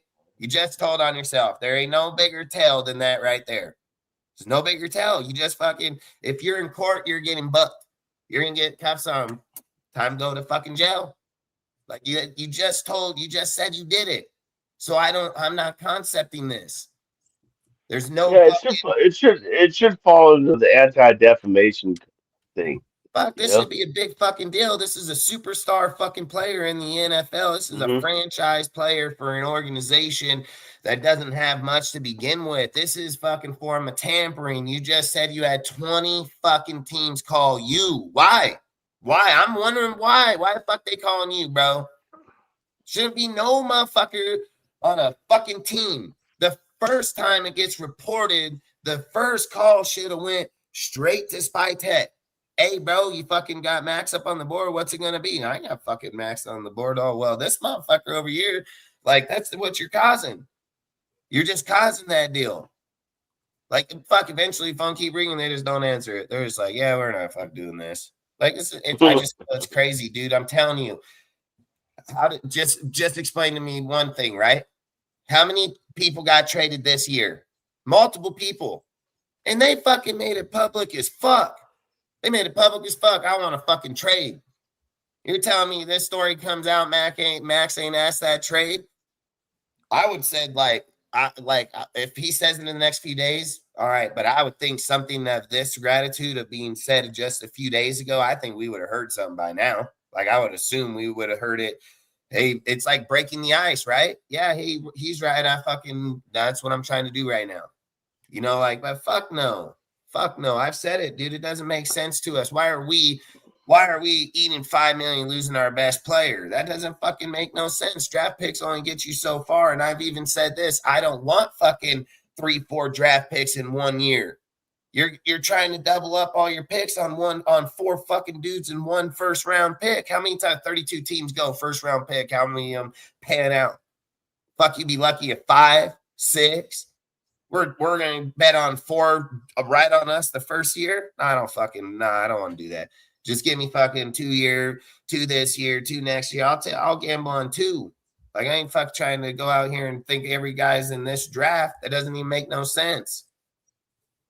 I don't know. I think this guy, I think he should, I don't know. I just think they shouldn't be able to do that shit. If when Simone asked him, like, hey bro, you serious about Maxx? Why wouldn't you said, yeah, dude, I talked to Maxx, dude. I was at his house. He fucking said that. Why wouldn't you said that? He went, huh? You know what he fucking said. You know what he said? You went, huh? So you can buy time, motherfucker. It's exactly why you did that shit. And then when he asked you again, you fucking paused, looked up, and said, oh, it wasn't Maxx that said that. It was me. Like, oh, okay, bro. Like, okay. I mean, that's a fucking joke. It's just a joke. It's just like why he has the meme on the video where it's like, huh? Like, what do you mean by that? You know, like, fuck, what do you mean by that? Like, again, it's just storytelling. It's storytelling on a major player, dude. Like, there's got to be some fucking rule against that, man. You're not talking about some fucking Joe Schmo fucking I mean, you're not talking about Kai Blue Kelly, okay? Like, you're not fucking bringing up Kai Blue Kelly. You're bringing up Maxx fucking Crosby. Like, big difference. Top 25 player and top 100 of the NFL. There's a reason why there's no penalties for these things, right? And you have to be, you have to kind of understand where agents these days, where their mental is. You know what I mean? For them, all press is good press. Any and everything that come out about one of their clients, be it good, be it bad, they're a topic of conversation, right? They're now literally a topic of conversation. So that makes that better for whatever teams are in the hunt, out the hunt, you know what I mean? Whatever it is. It also gives, like, if it's bad news, it gives the player to go out. It gives them the opportunity to go out, change things around, satisfy certain different people, you know what I mean? Different things of that nature, and then still get his contract, right? If it's good news, it ups the value, right? It literally ups the value of a player. So, that's why there's never any penalty for these type of things. The only penalty that they actually receive is maybe somebody don't fuck with them anymore. You know what I mean? They got maybe 1 to 5 less contacts. The people is like, man, I'm not fucking with you no more, bro. You know what I mean? Like, that shit don't sit well with me. If you did it to him, what's to say you won't do it to me? You know, that type of shit. So for me, you know, there's a penalty to pay, but you're asking for like some type of punishment, bro. Nah, that's not gonna happen. It's freedom of press. I say what I want to say, truthfully. I can say, we can say what we want to say, and we not even accredited. You know what I mean? Facts. These dudes are accredited. They can say whatever the fuck they want to say. Yeah, because it don't matter. That's what I think crazy is just lying, man, and they don't say a fucking thing about it. Look, we don't tell the truth all the time either. Yeah, that's probably true. We don't tell the truth all the time. Sometimes, look, I ain't gonna lie. Sometimes we as content creators, we come on here and we stir a narrative, right? We don't always believe what we're saying, but if we're on a panel of 6 people and 6 people are saying the same thing, are you watching that show? No. Yeah, so I gotta take the other side. Hey, that's I might not even believe in the other side. I still gotta take the other side. It's the drama. I get it. Just to keep the shit interesting, right? Somebody got to argue the other side, bro. The day we all agree on something, this day I quit. Hey, that's hell funny because dude, so one of my Seth, cousins, you'd be surprised. I turn on shows where the whole panel agrees with one another, and there's no variation or difference. And you know what I mean? They may all especially they're butt kissing each other, you know. Oh yeah, I really love your opinion on that. I really, there's that's nobody what kills arguing me. the other side. Like, bro, these shows are debates, bro. That's bad. These shows are debates, especially when you have somebody else on. It's for a debate reason. You want to hear the other side. I don't need you come on. That's why me and JT get along so well. Whether you agree or not, it's no big deal, man. Just don't. A lot of people don't realize that about JT. JT argue with me, but JT does that for entertainment factor.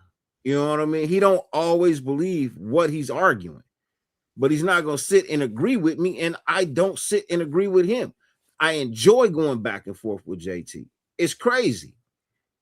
And then when we done record, when we done live, and we in the back, and I'll be like, bro, be honest, and he'll tell me the truth, and he'll be like, bro, you gotta be honest. I'll be like, and I'll tell him, like, I don't always agree with everything I throw out there. My nobody does. You know what I mean? My shows are for entertainment purposes. You might get some facts. You know what I mean? You might definitely get some facts. I do shoot facts. Everybody shoots facts, right? I shoot some opinions. But in all honesty, bro, I am on YouTube for entertainment purposes, bro. That's it. I'm not paid for none of this shit. I'm not. Yeah, what were you? I just want to say something real quick. I'm down to like 16%. It's went down 2% on my phone.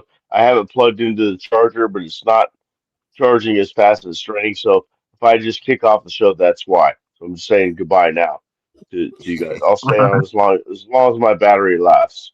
Hell yeah. Oh yeah, what were you gonna say about your cousin, Dustin? He'll go on these dudes. It's not my one cousin, it's my other cousin, but he'll go on shows where they got big panels, and he fucking does that shit. He'll tell me, he's like, hey, when they're watching him back, he'll be like, hey, when we get in here, I'm just gonna go against these fucking guys. He's like, I don't give a fuck. These guys are all saying the same shit. He's like, I'm just gonna go against them. I'm like, you fucking all right, dude. He does it all the time. He fucking just plans that shit, dude. He's like, yep, fucking hops in there. He's like, oh yeah, that's interesting. So this fucking da da da. I'm like, goddamn, fuck. It's just instant. Get dudes riled up that fast. It's more interesting, bro. It's just dudes will be like, what the two sides, bro. Yeah. Like, because the chat don't agree with everything. They don't. And when they disagree with the people on the screen, it's like the chat is wrong. And it's like, bro, well, they come. Look, first off, you know how hard it is to get a motherfucker to interact with a show? You know how hard it is to get somebody to interact with? Look, I watch shows that have 3,000, 4,000 watchers live. You know what I mean? 3,000, 4,000, 5,000, 10,000 watchers live. You think it's 10,000 people commenting? Hell no. No. You know what I mean? It's 10,000. You might be lucky if you have 100 and something in there, maybe 50. And more times than not, it's the same people that travel from page to page. It's all the same groups of people. Right, yeah. Maybe a few different guys because they don't know what they're doing, but it's always same groups of people over and over. You can literally go in there and see them left and right. Turn on the Raiders page, you'll see it. Go into Mitch. It doesn't matter where you're at. It's always the same people.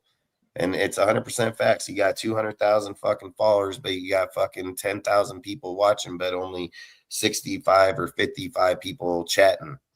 The numbers there, some of them don't even add the fuck up, not at all. Right. I've always said 10% of the engagement and content is pretty good. But when you're fucking at, 2.5% on those numbers, that's not good. I mean, we're talking about not even 1% damn near. So we're talking about like 0.5 to be honest. It's like 0.5% 30 typing. You know what I mean? So I'm gonna do my best to pay attention to those 20 to 30 people who are taking the time to put their opinion in. They're interacting. Yeah, that's the point of doing a live. If you don't want to interact with the live, do recordings and put them out. That's facts. If you don't want to interact with the chat and see their side of it and their point of view and take their opinion into consideration, then just make recordings. Yeah, the more input, the better, man. As far as I'm concerned, I want to hear anybody's opinion, whether I agree with it or not. I still want to hear their opinion and why they think that way. That's what this is all about. This kind of stuff. Oh yeah, I like being. I think I know a lot, but I like listening to people because you never know what you're going to hear. You never a lot of things. It's like I tell my woman about my kids, like we can only teach them so much. It's TV shows like he was talking about, it's tablets and things. It's other things that when we grew up, we were so simplified and then we just hung out with our friends and went and did shit, like nowadays, right. Dude, especially like the way the world is moving, that kind of environment doesn't exist no more. Like they don't hang out on the fucking streets and go out and go do shit like we did, dude. And if they are, they're probably gangbanging or fucking gonna end up dead here pretty quick, Like with my kids, dude, it's like I said, you like so you're with them for like fucking all day, obviously. But for a 10-hour span, you think you're just talking to your kid all fucking day, every fucking minute of that day? No, they're gonna do something. They need to be occupied, play video game, do something. And I've said it, video games, tablets, watching them shows, they all exercise them kids' mind to no extent these days. It's insane, dude. Like when I had my first kid, and probably, I don't have a kid that's 18. I have a kid that's 8. But the difference between my 8-year-old and my 3-year-old, it's massive difference. It's just a massive difference in the way they learn or the way they're seeing things. And then when they all get together, because they're only 2 years apart, like it's crazy insane. I grew up with 5 brothers and sisters, and we didn't have nothing like how they're growing mind wise. Like their minds are too developed at too young of an age. And I just feel it's like because of the tools that we have. And it's just like I showed those videos, the tools, it's the fucking tools, the way people manipulate a conversation, cut it off, even to the point where, like I said earlier, Derek Carr said, hey man, people cut off our clips to say a certain thing, and it's true. That's just where we're at. People don't want to stand on 10 toes and say stuff. There's a time to play around and go into shit when something's being repetitively talked about over weeks at a time.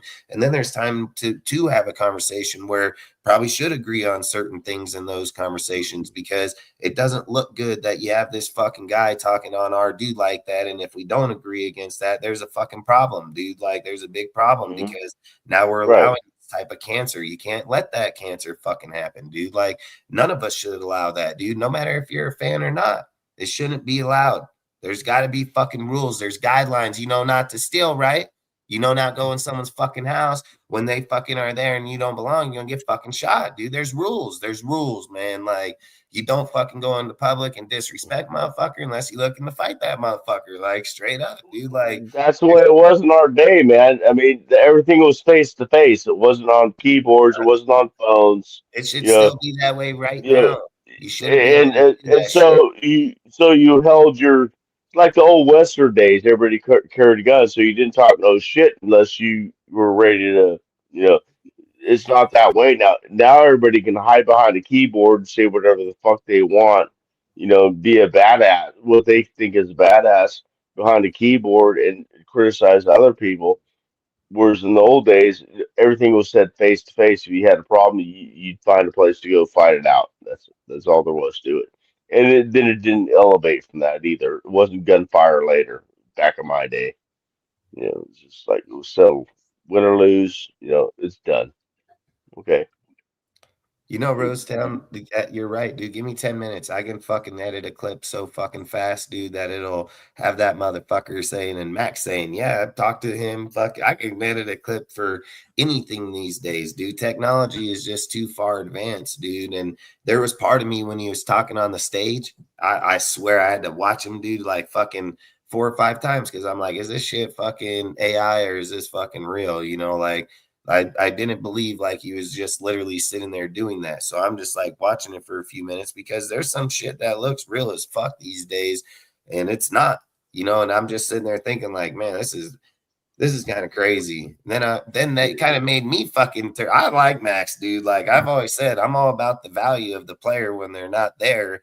And yes, we should think about those things. I've said it. That's what makes John Snyder a very good GM, dude. It's not personal, dude. You're renting my jersey. I'm paying you. You're an employee, dude. At the end of the day, I appreciate you. Listen, we're the only team in the NFL is once a Raider, always a Raider. You're always welcome back here, man. There's nothing about that. But at the end of the day, it's about making, if you believe in the team as much as you say you do, we can't afford to give you that no more. We've carried you as far as we fucking can. We've done everything we can, dude. It's just we're at that fucking road. Ask Tom Brady. It came to him too.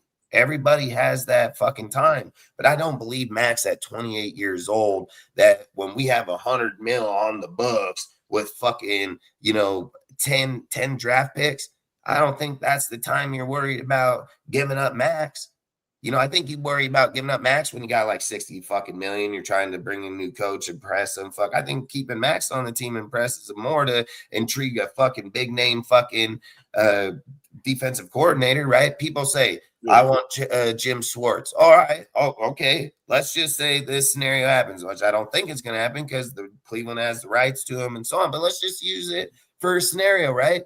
Let's say motherfucker's like, yeah, I'll go look over at the Raiders. You think coming here without Maxx? Just be real. The motherfucker ain't coming here for Malcolm fucking Kuntz and Tyree fucking Wilson. Like, not happening. It's not fucking happening. He most definitely will show up here for an interview to see where the fuck Maxx at and see, hey, Maxx, what have you been lacking? What do you fucking need? Like he know his piece. He know whatever his key number one piece that he need ain't getting got in the first round. So he gonna be like, well, you know what I mean? Like, you're not gonna use the number one overall pick for what I need.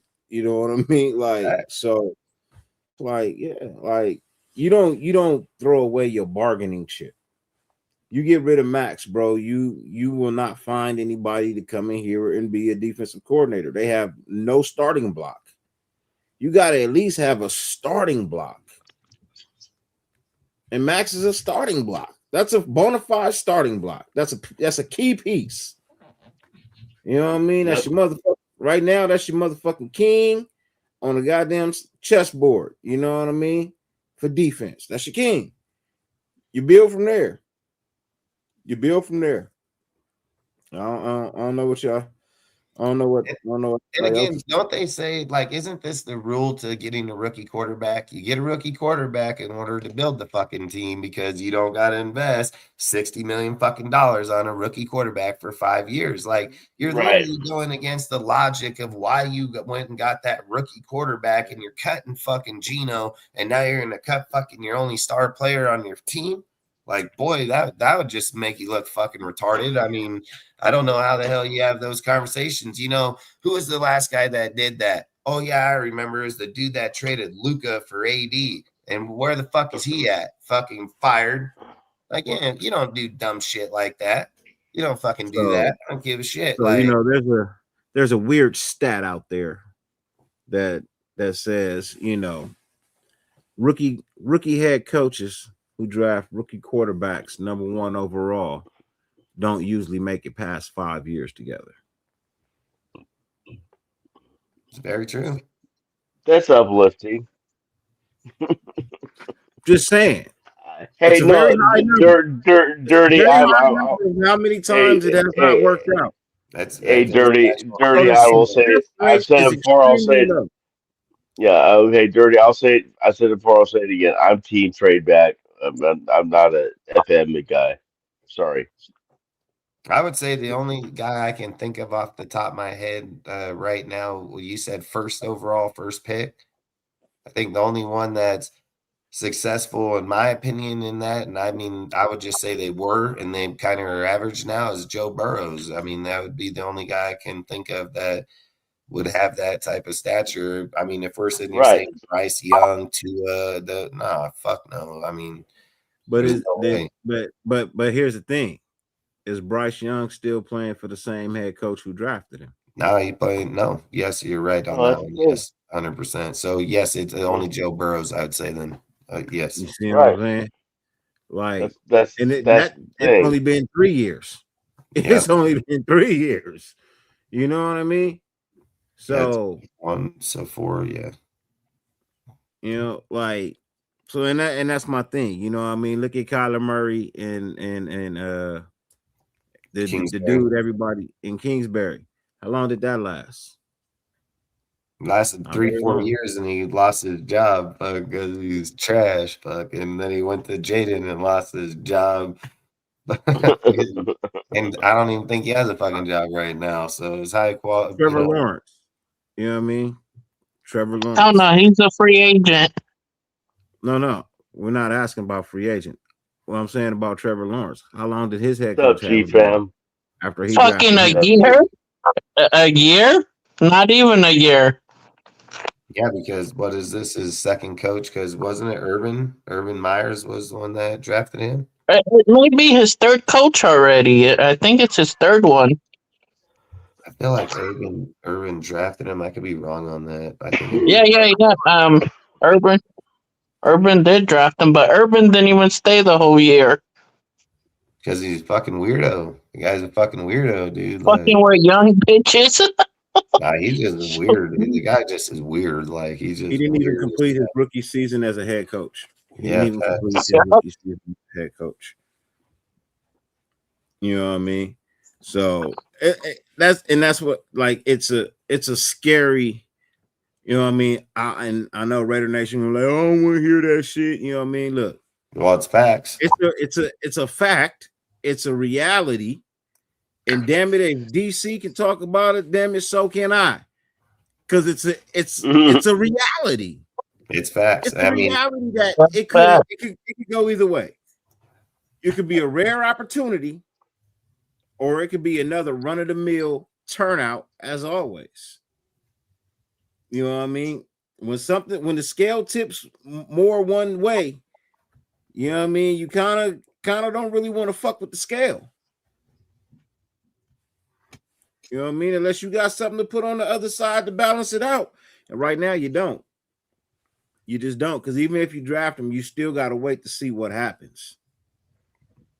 Yeah, there's nothing saying he coming out of there that we even have the team they have. I mean, that's the thing people don't understand. Like, they have the best team in college, offensively and damn near defensively. And we're sitting here with a broken fucking team acting like we have this system put in play that's Andy Reid built for fucking 10 years, and we're just looking for our next quarterback. No, we're looking for a quarterback, period, over the last fucking 20 years. And, and I'm not going to say about Derek Carr because I like Derek Carr. So I would just say during this time. But before that, we couldn't find a quarterback save our fucking life. And I don't know, man. I think you can't judge that because Clint can be as good as he wants, but I would bet money on it if I was a betting man and in Vegas and somebody said, hey, man, if you put 1,000 on Clint having more success with a veteran quarterback or rookie quarterback, I'm 1,000 going on the veteran right there instantly. Like, it's not even a debate. So, and that's the thing. If you follow him with Kirk Cousins and the Vikings, Derek Carr and the Saints, Sam Darnold with the Seahawks, all veteran teams, all players that are been on the team for multiple years, very good players, high caliber players. Even when he was with the Niners, he didn't call plays, but he still was with a high powered team. I just feel like that's how they always have. Look at what happened in the Saints when Carr left. That's I must keep saying it. That's something you have to watch. I don't give a fuck how good a success he had at all those other places. His weakness showed when his starting quarterback went down. When a starting quarterback went down, he didn't fucking have Spencer Rattler, dude, and them. They didn't go fucking take off. I didn't see fucking Taysom Hill fucking get promoted into the quarterback position and take the their shit was like top 25. Look it up. Top 25 in stats. Like, you can't just look past that. When Derek Carr was on the team, guess who was the receiver there? Rashid. That's why he went over to the fucking Seahawks. Right. And he killed it. Yep. He was killing it like a motherfucker with Carr. I said Derek Carr put up 2 40-point games just to start the season. That motherfucker had like 600 fucking 700 yards, dude. Like he was killing it. Then fucking he just fell off, got injured, fucking, and then that's the way it went. But that's why I said I think Shaheed will be a good chance that we land him here because he's not following. He didn't leave the Saints to go to the Seahawks because of the team. He went there because of the coach. And now that coach is going to be leaving, coming to us. He's going to be the one. He's going to be the guy, because they're going to have to go out and either draft or sign somebody else. So I've said it. Tucker is probably the only proven receiver. Best he can develop, and he will develop most definitely under Kubiak. And I've said it. He can be the 4, sign a guy for a year. But when we're sitting here saying that, oh, fucking Thornton, he's just going to listen. Thornton got catching problems. That's facts. You can like the guy all you fucking want. He has catching problems, dude. Gino threw the ball right in motherfucker's arm multiple fucking times, and he fucking dropped the ball. He's supposed to be a fucking speed receiver. He's supposed to be able to get that, dive out there, get that shit. That's his fucking job when he gets that separation, man. But no, there was numerous times. So could he be good? Yes, I won't argue that. But when you're practicing in practice and you're playing in the game, it's a whole different fucking ball game, man, dude. Like those fucking guys are out there to hit the fuck out of you. They're out there to knock the fuck out of you. Your own teammate ain't.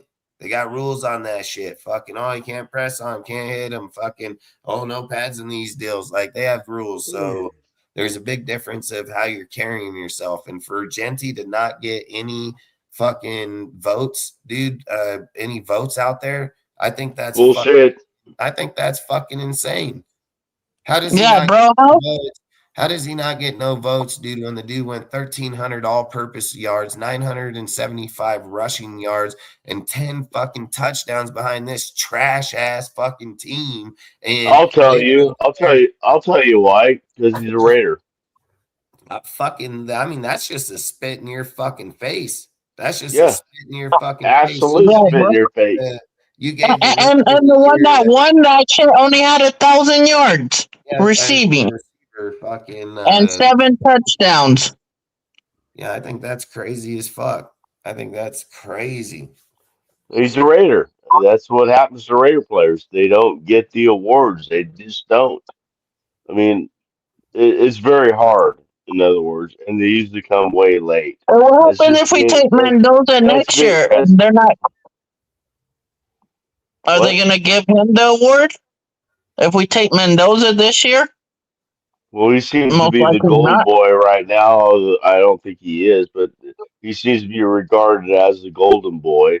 So possibly, but I don't think it's going to be next year because I don't think he's playing this year or this coming year.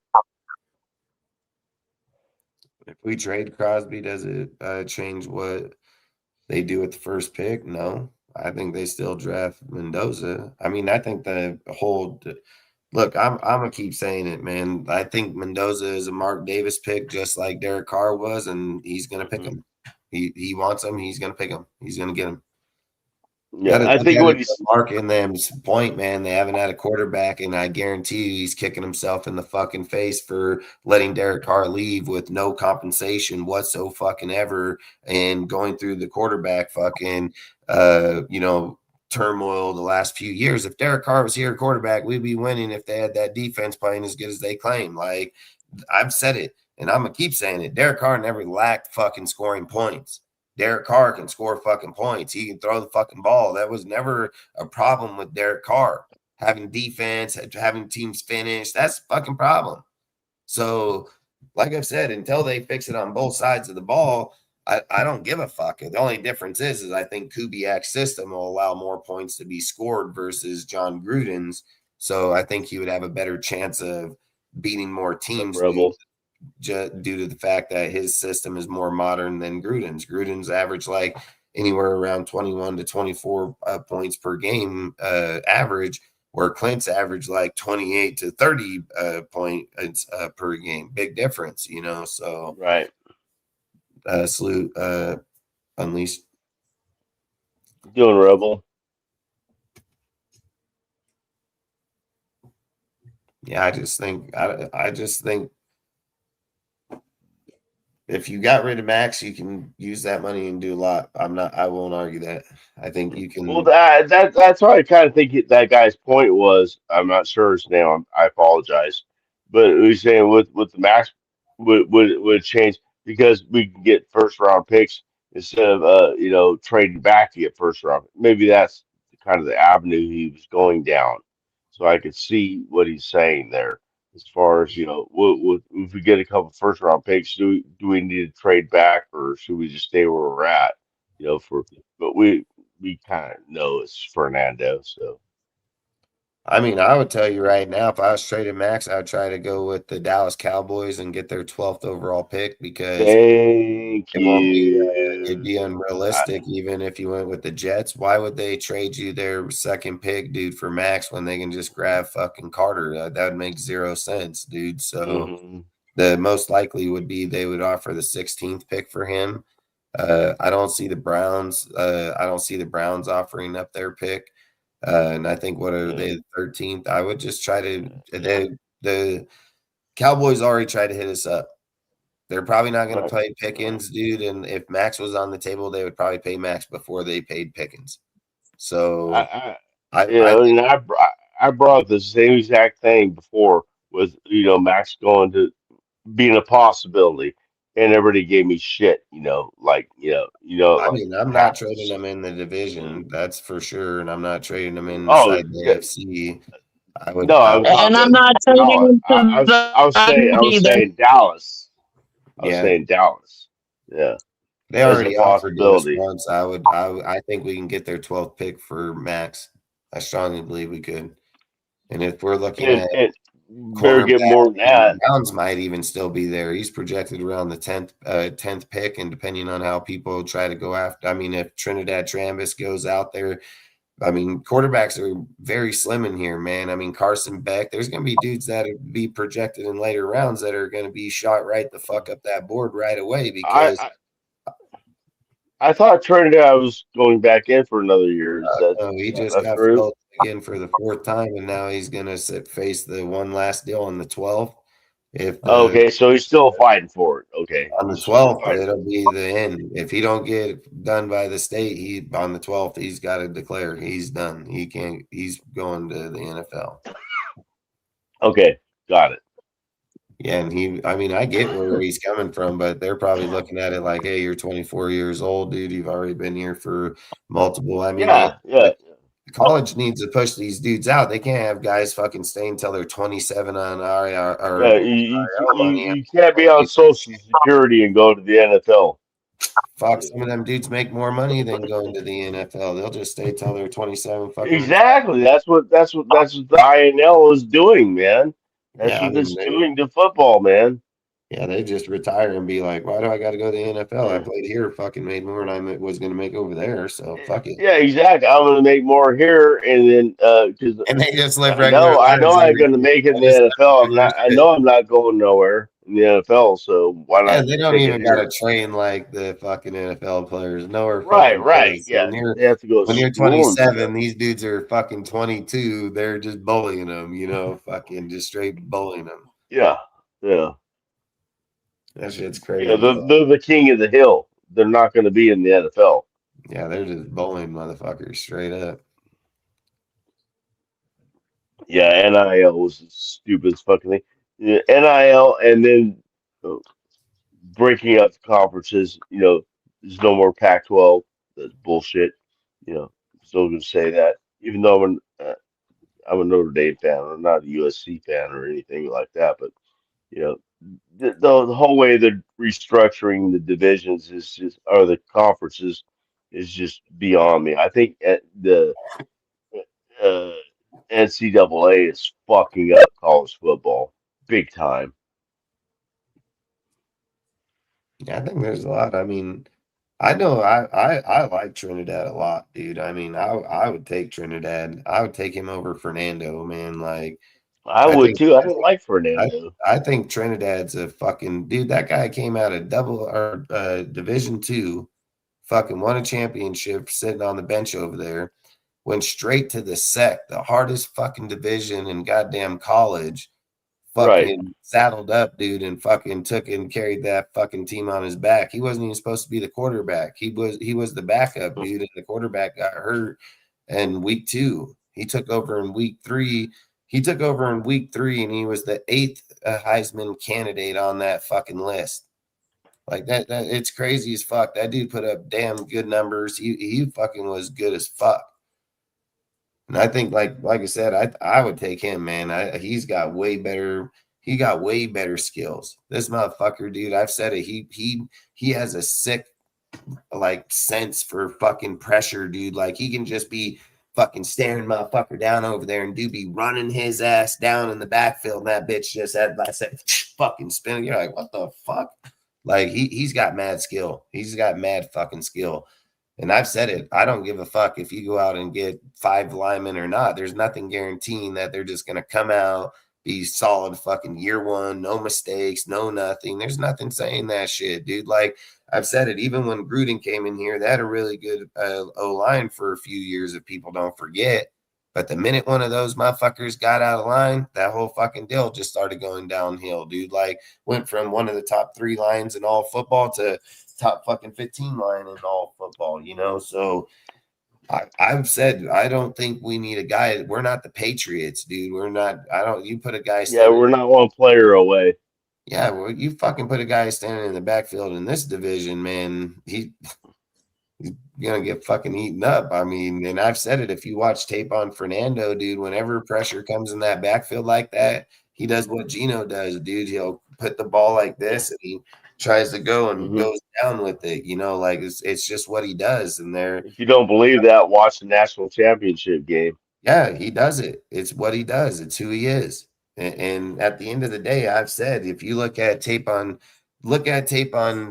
Trinidad when he played Miami the week before, if they call that PI fucking call where dude just holding motherfucker like this through the fucking end zone, he's going to face Indiana, and I believe he's going to beat Indiana because fucking he put up over there himself, threw that team on his fucking back when Miami was just going back for scoring. This motherfucker just goes down there 277 fucking. He just goes put on a fucking deal.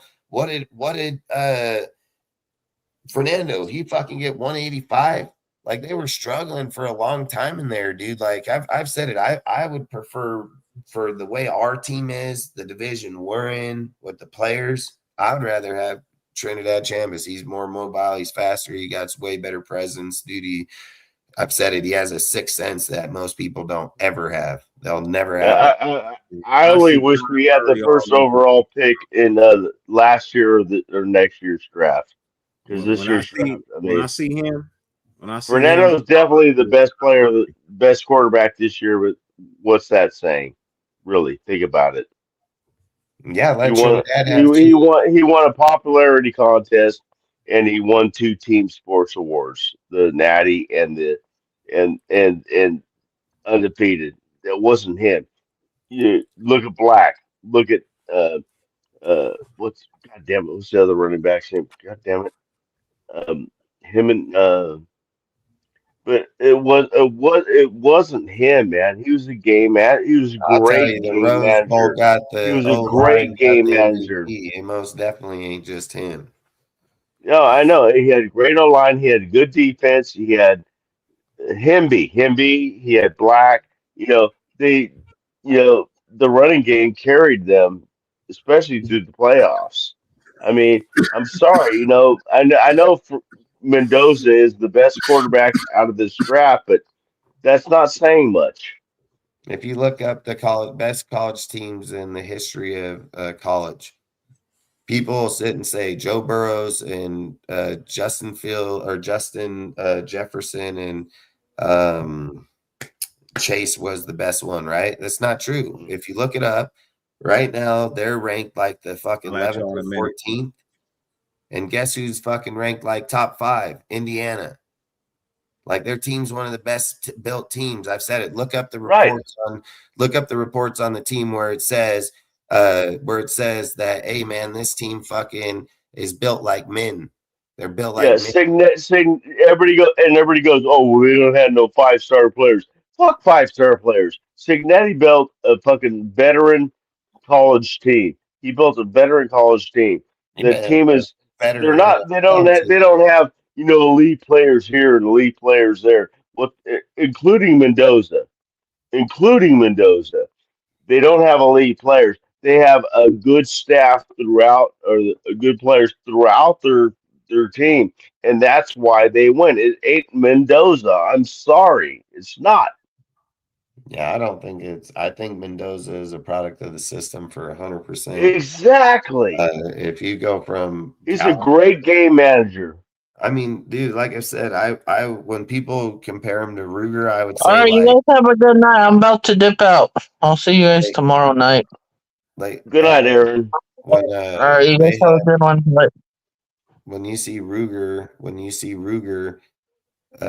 when people try to compare him, you can't make that comparison because when Ruger, ran the ball, he was fucking negative yards. When Fernando runs the ball, he's like 200 and something fucking yards, multiple touchdowns, everything. Like there's a big difference when you're looking at that type of play.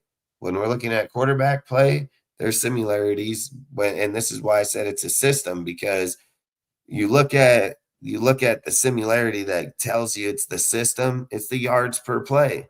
It's the yards per play that lets you know that these are systematic quarterbacks. Look at his yards per play and then look at Ruger's yards per play. 9.5, 9.8. Like, that's not just coincidence. That's fucking system right there. That's where the key of their plays are thrown is around those yards. So it's just the system. So I'm not going to say that Fernando can't be a good quarterback. I wouldn't say that. Right. I would say if he's in the right system. Damn right. 100%. And I've said it.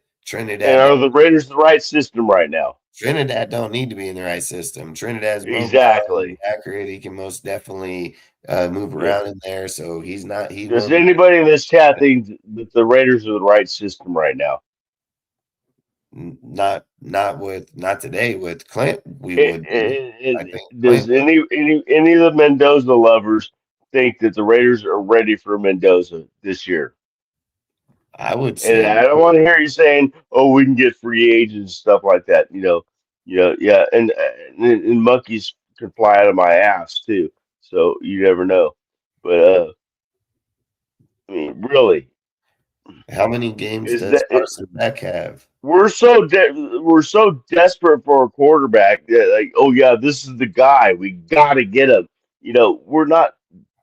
I mean, come on, we're not that desperate. We're in a position where we can manipulate the draft to where we can really build this team. I think Bo had like 50 something fucking games because Bo was there for a while. I feel like Bo had like 50 something games.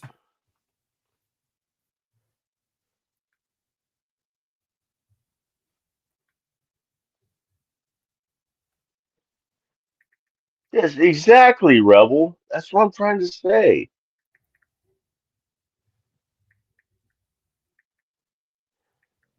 He's a game manager, man. He's not an elite player. Nobody in Indiana was an elite player.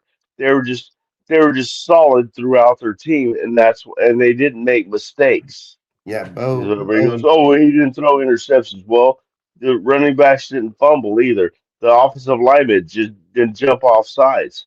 The defense didn't jump off sides. I mean, it wasn't Mendoza, man. I'm sorry, it wasn't Mendoza that won that championship. It's just not. And I know we need a quarterback, but as usual with the Raiders, we got fucked this year. There's not that outstanding quarterback that's out there, and so we're just like, oh, Mendoza's the answer because we need a quarterback. Well, I don't agree with that, and I get lambasted. I get criticized on other channels and stuff like that. But I'm gonna stick to and I know we're gonna get Mendoza. I know we're gonna. I'm not stupid, but I mean, I don't agree with it though. Bo Nix played in 61 games. He played in 61 games. Auburn in 19, he played 13 games. Auburn in 20, he played 11. Auburn in 21, he played 10. Oregon 22, he played 13. And Oregon in 23, he played 14, including the Fiesta Bowl. He has double pretty much fucking Fernando's shit. So I don't know, man. And it's not even that. It's not even that. Bo played good at Auburn. Fucking he did, or Fernando didn't play good at fucking Cal. I mean, what was he? A 16 and fucking 10, 16 and 10, 16 or 14 and 10, huh? 14 10. He's a system player. I mean, fucking 14 to 40. I mean, it's 100% fucking the system. I mean, and not only that, I'll keep saying it. People can look up the report. The report literally said that what's that dude's name? Signetti fucking yeah, Signetti, yeah. Yeah, so they said Signetti figured out the portal. He didn't draft he didn't recruit any 5-star players. He recruited all grown men that were in their juniors and senior years. All football knowledge is what they said. Yeah, literally. most of them off of James Madison, the team he came from. 13 people with them from there. Right. And he then, like I said, he went through the portal and picked up a bunch of dudes that all knew football. And there's what was their average age? 23, 24, something like that. And there's an article out there that says that Signetti built the Indiana just like the Packers. The Packers' age of team is 25, and Signetti's team was 23. So I think people look at the wrong stats when they're saying, oh, they're 5 stars and this and that. That's good. That's why they got their ass kicked. That's why they got fucking manhandled out there. So there's a big difference on there when you got experienced players that are fucking older dudes. They don't need to be 5 stars. I've said, dude, like well-rounded teams are better than just a few good players. Maxx Crosby, by the way, was a 0-star. He said, what you think, Dustin, about my last few comments? Great coaching schemes are just as important as talent, to be honest. Yeah, it's facts. Unless your name's Brock Bowers, dude, where you're just already a good player. Look at Max. Max needed coaching for sure. Buckner fucking helped him when he first got here. And then guess who turned Max into who he was? Marinelli. Like, freaking coaching most definitely matters. I would have loved to kept Buckner. Buckner is a badass, dude.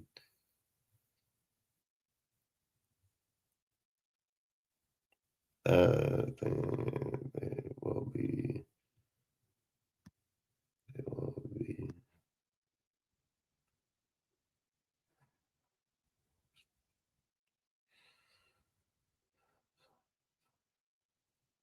I mean, that's facts. I mean, that's facts right there.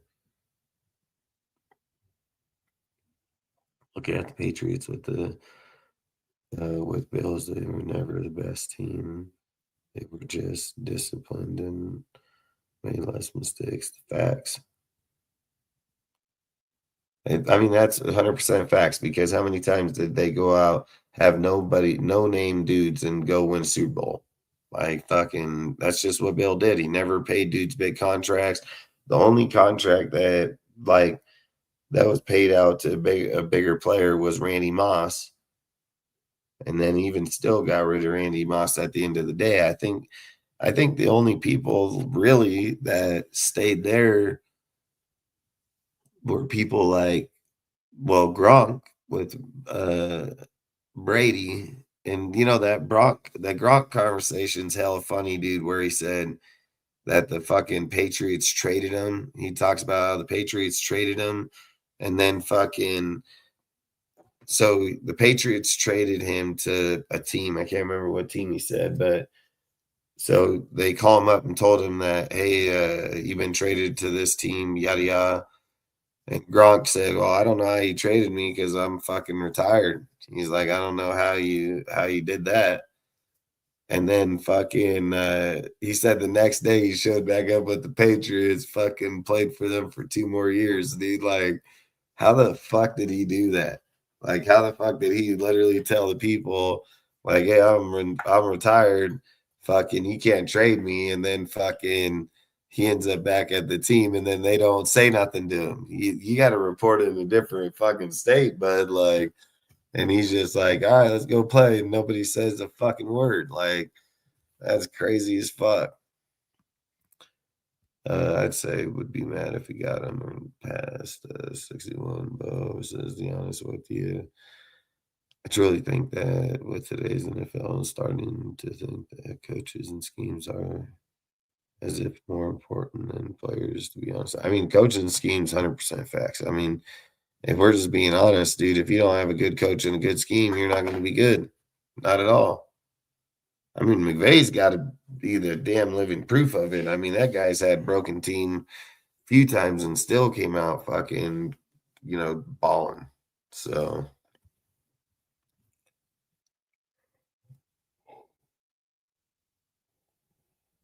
yeah.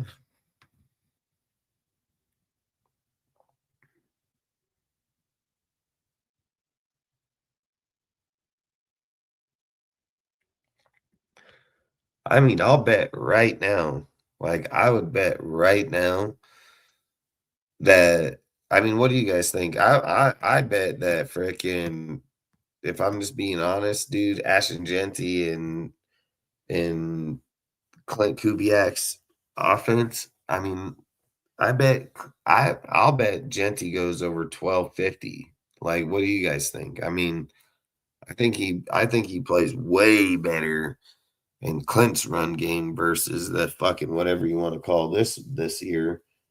He's gonna have way more lanes. I mean, he's gonna kill it. I think he'll kill it.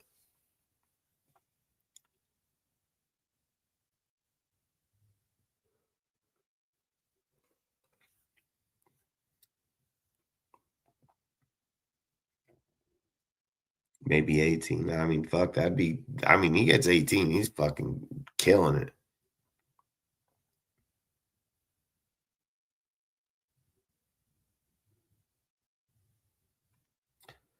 He reminds me of the O-line dude that Denver drafted last year in the first or second round. I mean, I ain't gonna lie. I feel like he just murders it, man. People said, like, there were people that talked about him saying, like, I think it's like that dude Skip Bayless. That guy's a fucking little weirdo, dude. He'll be talking all kind of mad shit, saying like, "Oh, I don't see the specialness in Genty. I just don't see what you see over there." And I'm like, "Bro, Genty literally this year knocked the soul, like literally knocked the fucking soul out of like what 3-4 dudes, met him up the gut, fucking head on, and just knocked the fucking soul out of him." And this dude talking about, "Oh, I haven't seen nothing special." Dude, listen, there's only one time I watched Josh Jacobs soul up on a one dude. The Genty done 3 dudes, 4 dudes dirty in the first fucking year. Like, and we're sitting here like, that's why I think that award is bullshit, because how do you sit and say that this dude what is his yards after contact? Just fucking nuts. What his yardage was? Like, that's insane.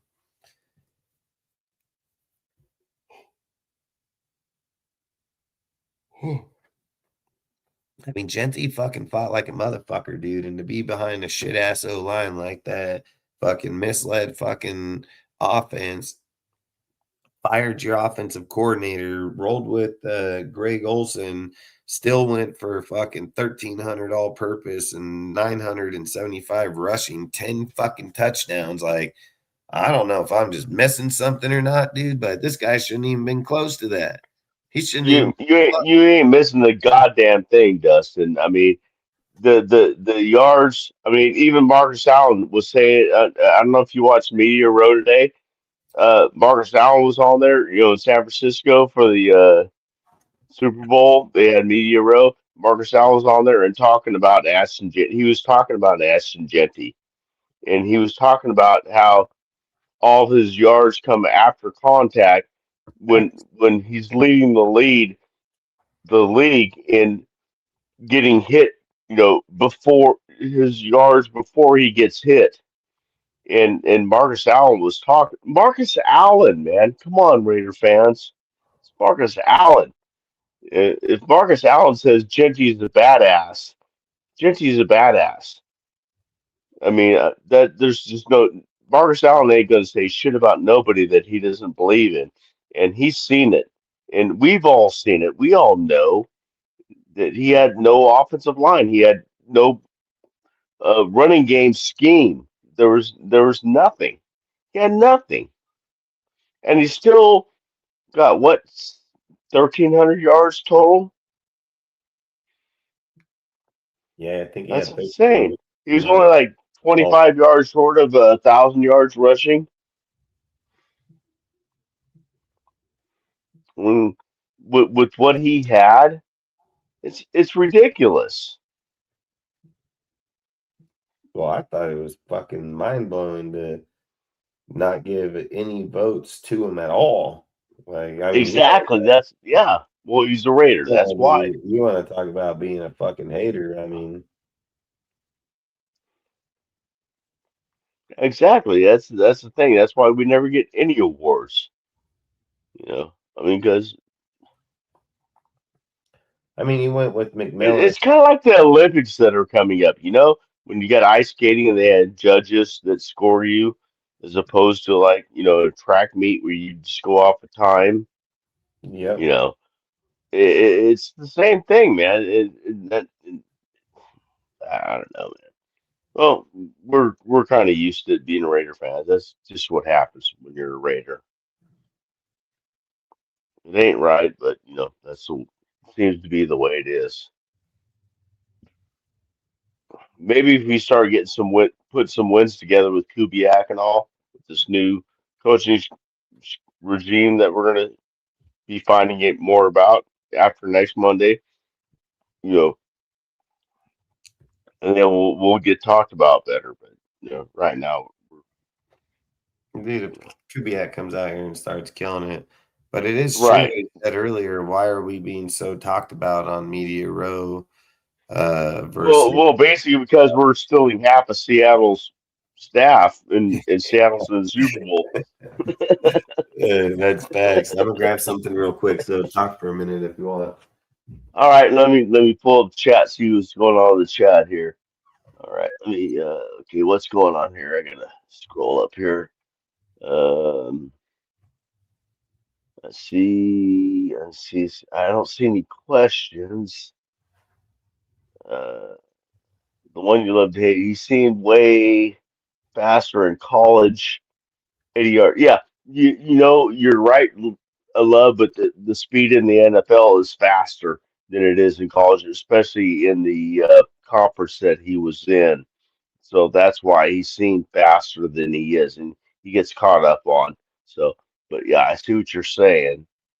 But that's my opinion on uh, why he seemed faster then. So, anybody wants, or if you want to respond to that, that's fine. Just put my opinion out. I feel like he plays better, but he doesn't get as many carries. Absolutely, Rebel. Yeah. Well, it wasn't Rebel wasn't that the like the scheme for the whole season for a lot of players. They just didn't get the chance. Look at Besh. Look at Caleb. Look at uh, Grant. Look at uh, Pegas, Pegues. I'm sorry, Pegues. Look at Tonka Hemingway. Did none of them got the reps they should have got, so we could really see where they're at. And that was all Pete Carroll. That was all Pete Carroll because they weren't ready. Yeah, right, fucker. Let's see what else we got here. Let's see if I can see. Did he not peanut fucking?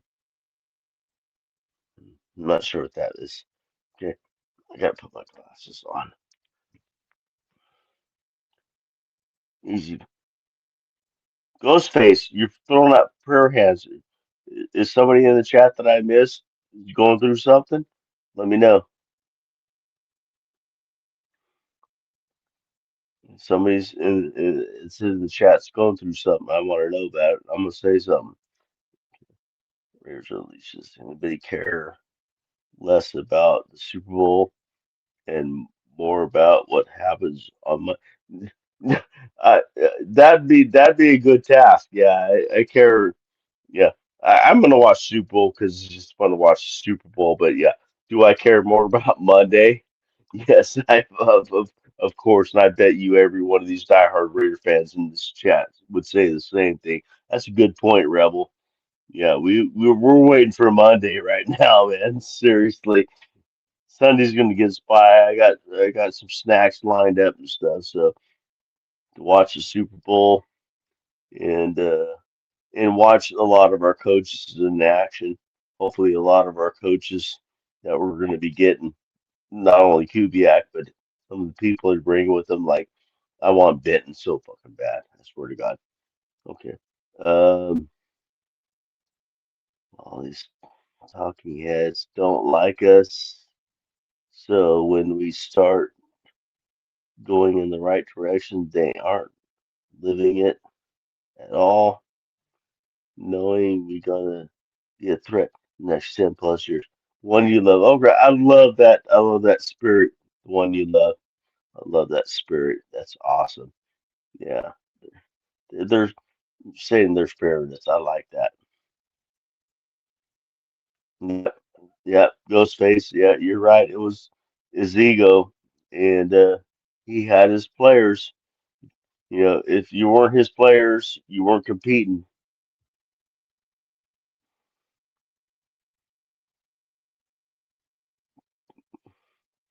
People were wanting to watch bad, but oh, that's the halftime guy, right? Right, Jason.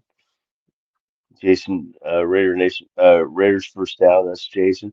If you guys haven't hooked up, know who Raiders first down. That's Jason Downs. You all know him.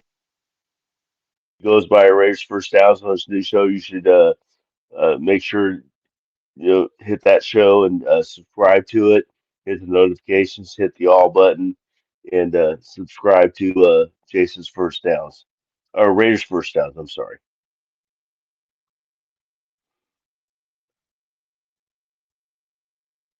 Bad Bunny. They don't even speak. Yeah, I don't. I'm old. I don't even know who Bad Bunny is. I know he's doing the super halftime. I have no idea who Bad Bunny is. I'm too old. If if all the quarterbacks came off out this year,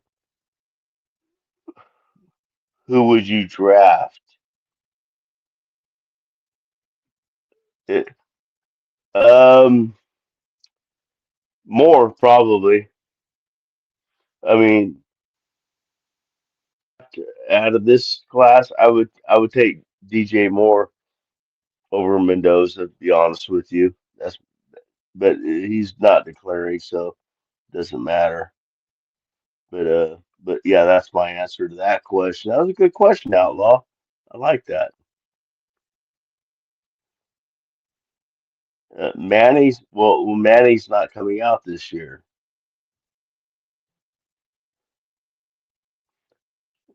Um,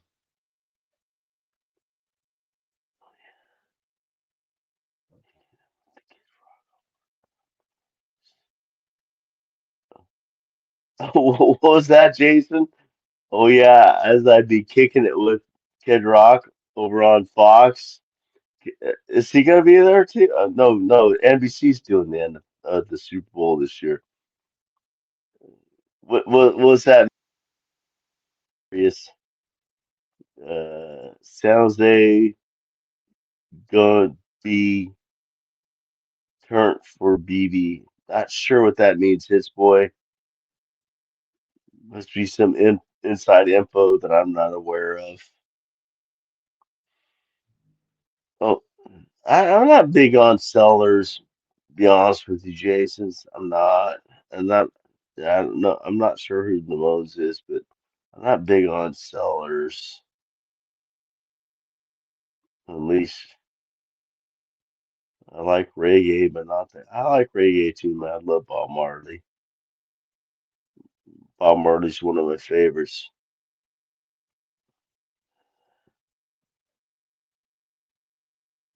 Mhm. Is Destin asleep? We don't know yet. We haven't heard snoring yet, Rosetown. So we'll wait to hear. I know my phone of my is dying. I got it on the charger, but my phone's not charging as fast as. But now my earbuds are dying. So we'll does if anybody has his number or his IG account, I don't know if he fell asleep. He's done it before, but it was funny. Well, thank you, the one you love to hate. I appreciate that, man. Love you too, man. And I don't know why, Jason. I don't know why you're not on the show. I mean, you got sent the link. I don't know why you're in the chat, and not the show. It'd be cool if you're actually on the show. So,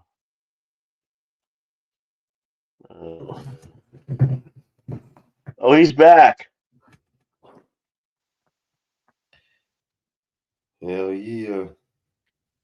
Okay, man. I did my best, man. It's all yours. What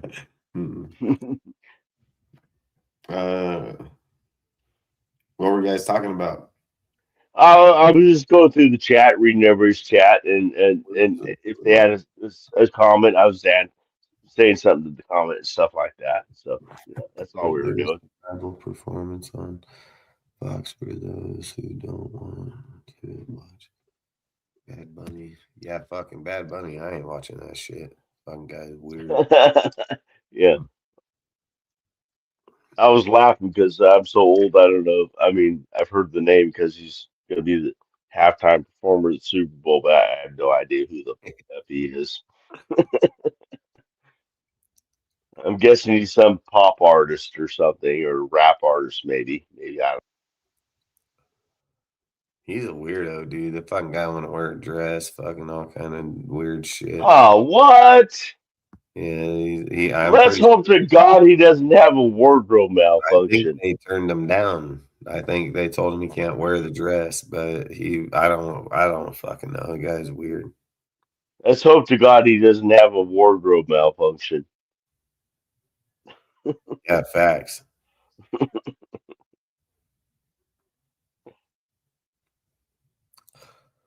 He said I was gonna try to watch the dog bowl or something anyways. Oh, the puppy bowl. God damn, yeah. Yeah, that's funny. That's funny as fuck. He said his Dustin sleep. He's never gonna let me live that down. I know, I told you, Dustin. It's gonna be a while. I don't give a fuck. I was tired as fuck, dude. I went late bed. Dude, you were saying it the whole time, man. You could see it in your eyes, man. You were like ready to pass out at any time. And I'm like going. When I fucking went over there and laid down, dude, I was like fucking out. I'm like, fuck. That was it, man. When you laid down, it was over. Yeah, and then when you guys got off, I literally got up like 10 minutes or 15 minutes later, fucking shut it off. So it was weird. Yeah, we hung around for a while. Then I kicked myself off the show to try to call you on IG, see if that'd wake you up. Yeah, I think it did. And that didn't work, and I couldn't get back on the show after that because you have to let me on. I can't get on your show without you letting me on your show. And it was funny, man. We all had a good time at your expense. Hell yeah. Yeah, I ain't worried. I was tired as fuck. Do you think that Dunker's gonna be there? I think he could be there, but I can also see him going in the end of the first round. But I would think he would be at our pick in the second round. But But it all depends on how they're trying, what teams are trying to do. Are they trying to go offensive line heavy? Are they trying to go defense? They trying to go receivers? Like, it all depends on how they're, trying to build up in the. I would take Dunker, man, if it was me. I mean, I would take him.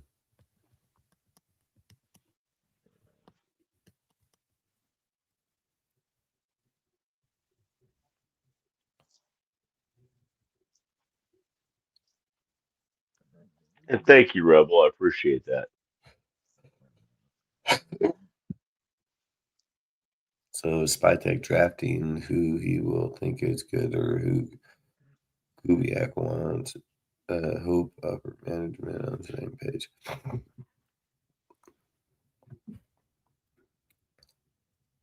I mean, I would assume that it's Spytech and them. They've obviously been the ones scouting the team. I mean, I imagine they'll lean away if Clint says, "Hey, I have a certain guy in mind." But I've said it a bunch of times. The way the NFL is supposed to work is the GMs and everybody draft the team, and then the coach plays with the team. Like, that's what they're supposed to do. GM's supposed to build a winning team. So I would say get Clint the guys that he needs to win, to see if he can win now. Because if you win now, dude, Raider fans are going to be like, oh, shit, he's good, bro. Like, you got to just play into the hype at the moment.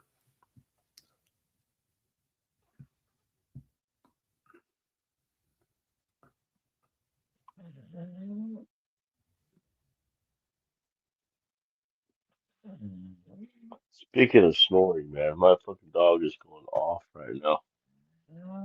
I'm gonna have to hop off here in a minute, anyways. I got stuff I got to do before I go to bed. I know you have to get up early in the morning. I Yeah, I got to understand get up that. at 4:30 every morning. Every morning, yeah, you always say that. It's like 4:30. I'm like, oh my God, that's like no construction hours. I hated those hours. You have anything else you want to talk about, or what does he say? We have to try and seriously get him. I mean, yeah, I think if he's an option there, Ghostface, I want to go against it. I think he'd be a good option. But I'll tell you this, man, I would probably take Cooper. If we're getting Fernando and Cooper's there, I'm probably going to take Cooper if it was me. I can get another lineman down the board, and I got $100 million. I can go pay a few. So I'm taking Cooper, man. Cooper with Oh hell Fernando, yeah, familiarity, man, and then Clint's exactly. and Clint's system with those RPOs and short route. Oh, Cooper will fucking kill it. He'll kill it, dude. So He might be our Puka Nakua. yeah, he most definitely will. I mean, that kid'll kill it in Clint's system, the way he plays. So I think I think he'd be nice. I think he'd be nice. I think he'd be that kind of receiver, that big body receiver that's not like huge, but it's just that big body receivers that ain't afraid to go across the middle and ain't afraid to contact. I just see him as a Puka Nakua, you know.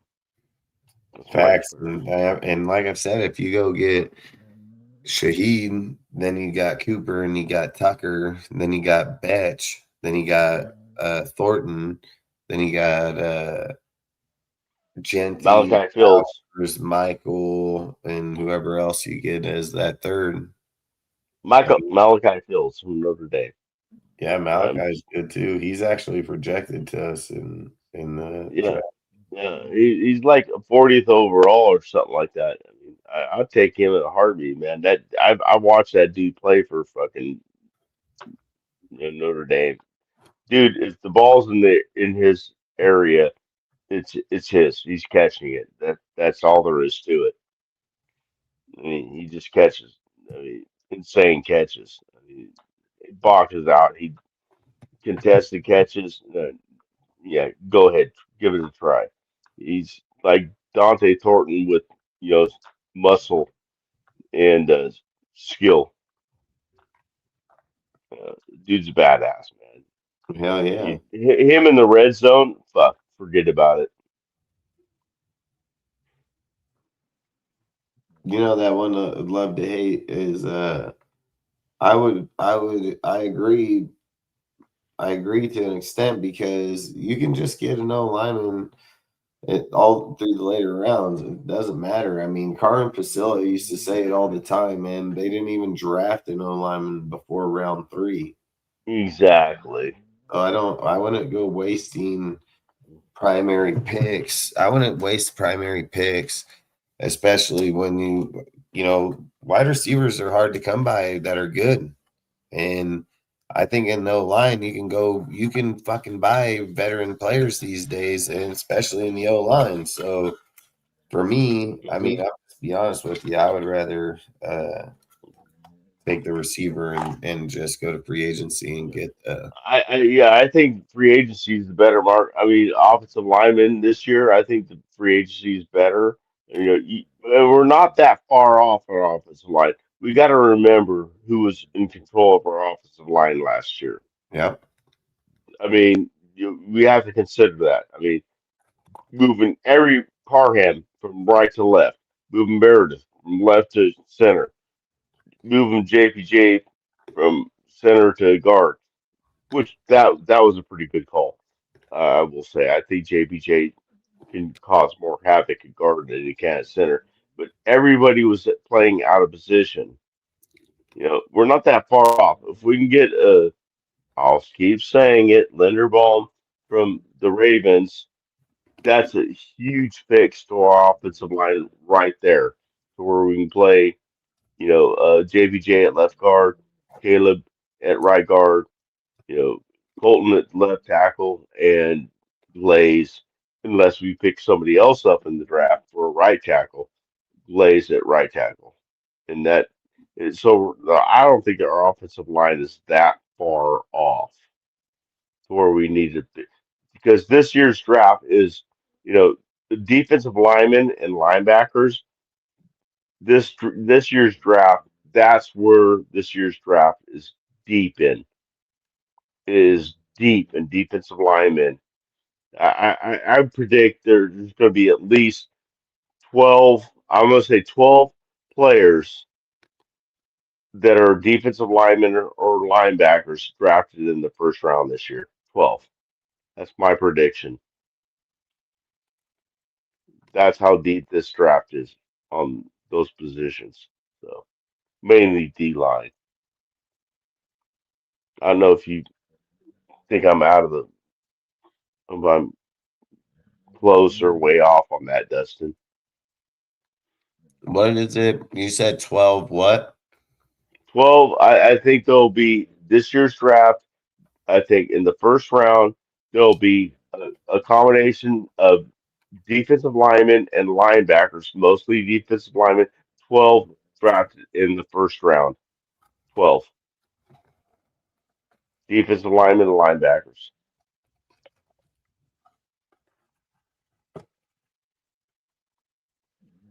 It's a lot. I know it's a lot. It's a bold prediction, but I think it's true. Could be wrong. I could be way off, but I don't think I'm way off. If I'm off, I don't think I'm way off.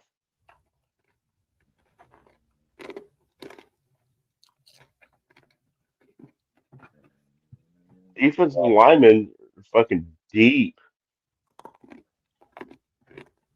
this year. And then there's about four. There's a couple of linebackers that are projected to go in the first round. So I don't think 12's out of the realm of possibility. I think 12 out of the two positions, DL and linebacker.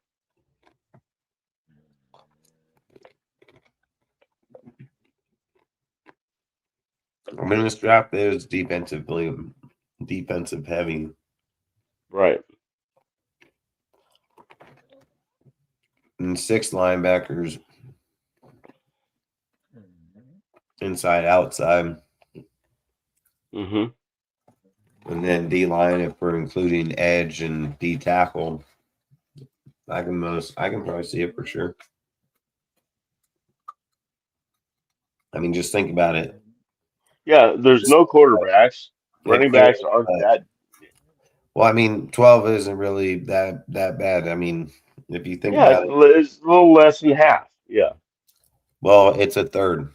It's a third of the round for the teams. 32 on 12. You just take away the 2, it's 10, 10, 10, so it's a third. Right. Yeah, it's in that range. Yeah, I understand. Yeah, that's what I'm saying. I don't think it's. I think 12 is a very. I think it'd be more than that, but I'm just saying 12. I'm thinking Well, is just think very. about it like this right away. Huh? If just think about it like this. If 2D tackles go, 2 DNs, and then you go to the linebacker, 2 outsides, 2 insides, that's 8 right away. So I think 12 can most definitely happen. Yeah. I mean, yeah. Because I mean, and one of those linebackers I really want bad. Moreland Mendoza. You know who I'm talking about. But we only get him as a I trade would back, take which we're Sonny not going to do. Styles, dude. I like Sonny I, Styles. I, That dude. I like Arvell Reese, man. I'm Yes, sorry, I man. want Arvell Reese, but Yes. if I can't get Arvell Reese, Sonny Styles for a linebacker, he's pretty good. Oh, no doubt about it, man. And then what's the other guy's name? Gonzalez. Some. Mm-hmm. Yeah, he's another badass linebacker. That's what I'm saying, man. I think in the first round, it's going to be a lot more defense than offense this year.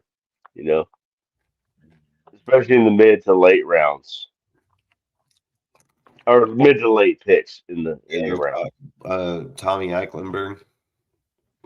Hmm? He was saying we got to try and keep Tommy at linebacker as well. That's one of those decisions we're going to have to make. You know, Tommy Eichenberg and Lindenberg, the Berg brothers, the law firm. Yeah.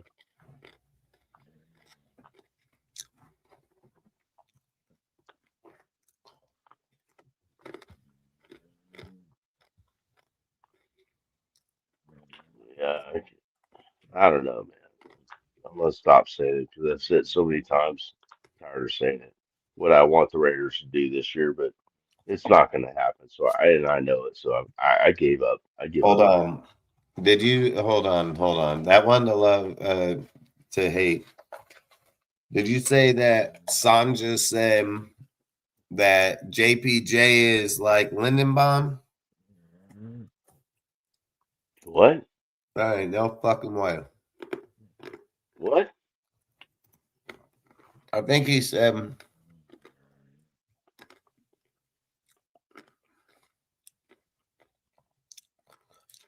Sanja T in his channel, which I know Sanja really well.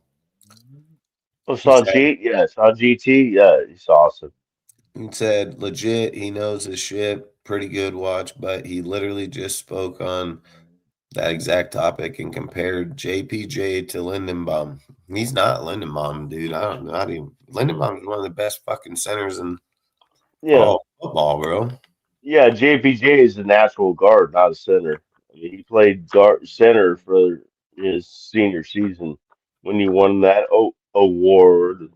You know that. But yeah, Linderbaum's the true center. JPJ's not. Yeah, that's comparing apples to oranges. Yeah, and he's the best in the league, man. I mean, Yeah, yeah, crazy. by far, man. I've been screaming for him for like 3 months now. I must be real. Chip Kelly said that Jordan Meredith was fucking Jason Kelsey, dude. So Oh yeah.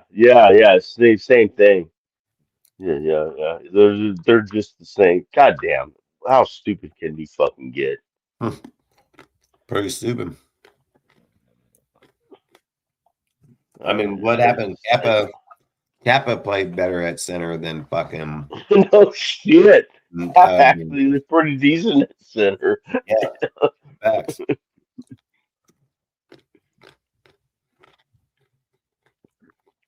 It's just, God God damn it! What's going on with my phone? Yeah, the, we all know the problem, Brennan Carroll. We just let it go because we've all talked about it till we're blue in the face. What's up, Frank Weber? How you doing, man?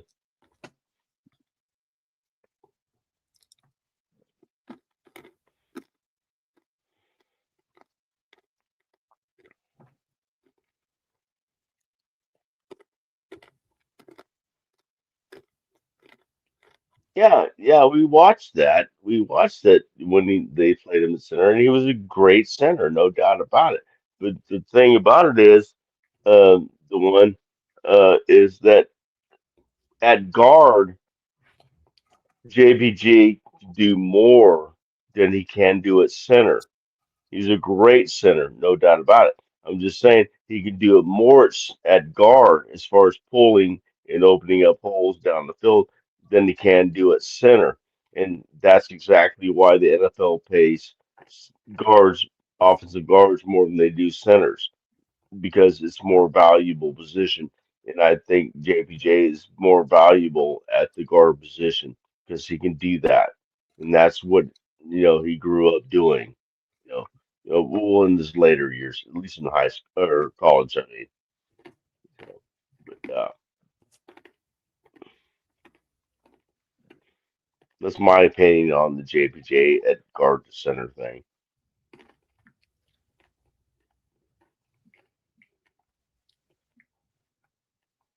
And you look at JPJ on these pulling plays where he goes down the field, he takes out maybe a tackle or an end, and then he's going after a linebacker, and he takes him out of the play, and then he goes after a safety, or DB. You can't do that at center. You can't. I mean, you might get two levels, but that's about it. And so I think it's maximizing his worth, putting him at guard, in my opinion.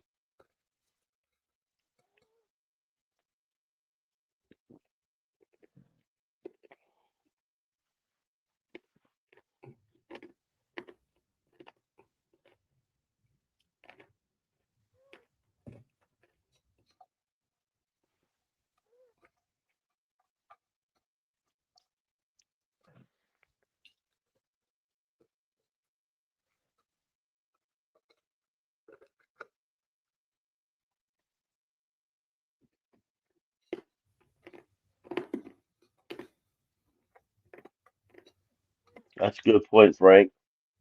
My trip, man. You can play three positions, and he absolutely can.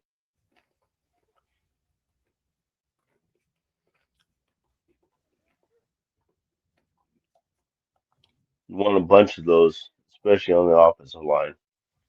You want a bunch of those guys who can play multiple positions, so you don't lose as much continuity when somebody goes out.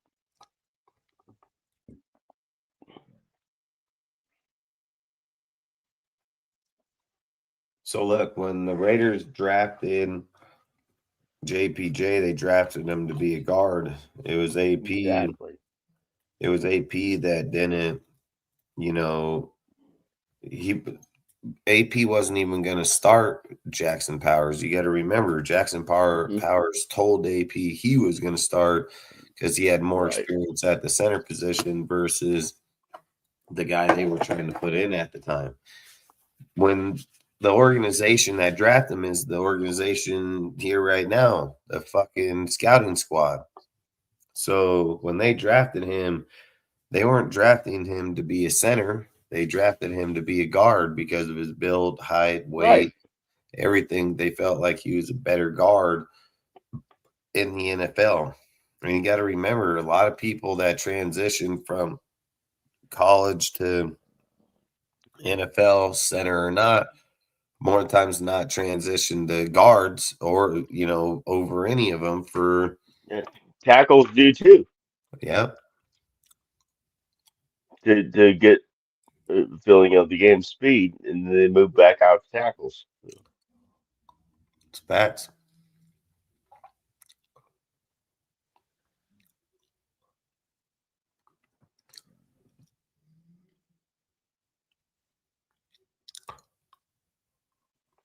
I think we need JPJ at guard.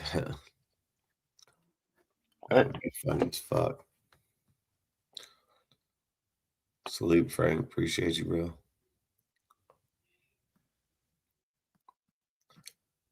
We're gonna have to hop off here soon. You have anything else that you want to talk about?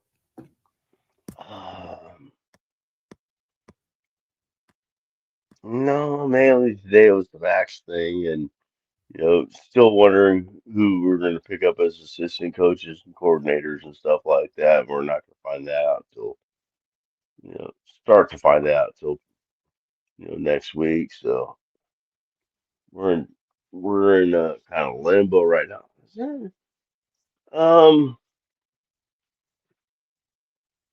Hey, check out the Olympics, man. While the Raiders out, check out our American athletes on the Olympics. Opening ceremonies is tomorrow night. After that, there's a lot of cool events to check out on the Olympics and watch our American athletes kick ass. Winter Olympics is fun. Hell yeah. So watch that. I love the bobsled. What's one of your favorite events? Snowboarding. Snowboard. I love. Yeah, that's a total California event too. Yeah, I love that. I love the hockey, and I love I love hockey. I love hockey. I I love the forgot about that. hockey, and Yeah, I I love the forgot about that. downhill skiing, man. I would say I like downhill fucking jumping when they jump off the fucking thing. Oh, that's nuts, man. Yeah, fuck yeah. And then you're just floating all the way down the whole fucking mountain. I'm like, yeah, fuck Oh that. man, it's like, are you fucking kidding me, man? Yeah. It's like, yeah, their Bad skis move on become there. wings, man. Yeah, there's lots of bobsled, the luge, and all that. What's that one thing where Let's they go, ride on their Mexico. backs? The Mexico skull beat crawl or U.S. whatever? in flag football. What? U.S. lost to Mexico in flag football today or yesterday now. Okay, that's U.S. lost to Mexico. I didn't know that game. Okay, that's cool. I mean, that's cool. Yeah, 26-21. But the cool thing about this, John Gruden got to meet the Mexico's flag football team.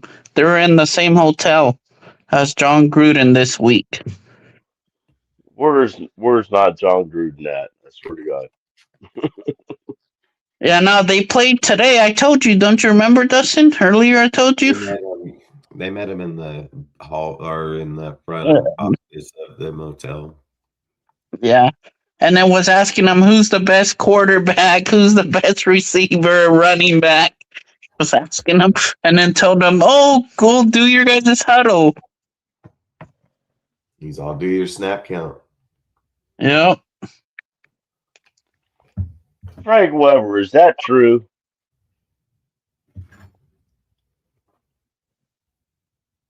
He said Sam Darnold's godfather was the Marlboro Man. Dude, my grandma's husband was the Marlboro Man, Larry. He was the Marlboro Man. Uh-oh. We got contradicting stories here. There's no. There's been 35-34 was the score today. There's been multiple Marlboro Men. So U.S. lost. Oh no, actually U.S. beat Mexico. That was. Oh damn! And you came in there talking all that shit on the U.S., huh? I gotta rep my Mexican though. Yeah, you came in here talking shit about Mexico kicking our ass, and then what's up with that, Aaron? Come on now. Aaron, I'm just messing with you, man. I'm just kidding. Aaron, do you need some ice with that drink of yours? I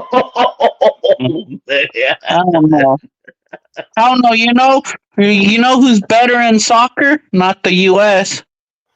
Oh, dude, we won. I can give an F about soccer, to be honest with you. We had a good soccer team, so I don't know what he's talking about. Nah, hell no. U.S. sucks in soccer. U.S. I don't sucks in care. soccer. I don't care, man. Soccer, but we were good at one point. I don't That even was care. Soccer's boring to me. It's just boring. I'm sorry. You got to be a fucking athlete to play soccer, man. I don't care Oh, what no age. doubt about it. You got to have some what do they call that? Endurance, like a motherfucker. Endurance. Yeah, you have to definitely be able to run around forever. But yeah, yeah, it's just Yeah, like you got to a be. really, really, really huge arena of grass, and it's, I I'm just not. Maybe I just don't understand it enough to know. Sometimes you don't understand the sport. You don't understand the intricacies of it. I just, yeah, I just don't get it. Yeah. I'm saying there's nothing wrong with that. I'm just not smart enough to know, what all's going on, the strategies and stuff like that. For what?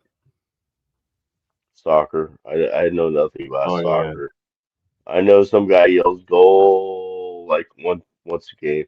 Other than that, I don't know. And I know there's yellow cards and red cards.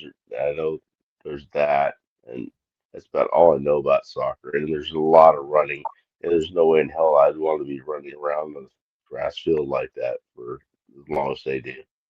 It's- I think they should have like battle soccer, you know, like mixed football with soccer. I think That'd be that'd be crazy. fucking cool. Wouldn't that be cool? Yeah, that'd be Like where crazy. they could like just fucking just like lay Yeah, no, into I each just wanted other. to chat real quick. I'm out of here. I'm going to bed. No, Like, no, don't go to bed, sure. Aaron. What do you think of this idea? What if they What? make soccer with football? What do you think? Wouldn't that be cool? No, Like if they no, just lay into each other and no. you don't think that'd be cool? Heck no. Okay, that's my Americanism, I guess. I No, think but it'd I be just cool, got out. man. So If my favorite soccer teams I, is Mexico, and then where my home family's from, Pachuca, Mexico. It's my teams. Well, most Americans, have not been exposed to it much until lately. Soccer's becoming a huge thing. I think, like they're allowed to like, just go freaking like hockey, soccer. You know, they just plow into each other. I think it'd make it more interesting. Sorry, I think I insulted him. I'm sorry, man. I'm sorry, y'all, Aaron. If I insulted No, you. it's fine. No, no, I no. think You it, I think never it, I, I insulted think it me. would add some oomph to the thing. That's all I'm saying. Yeah, no. Oh, you never insulted me. Never.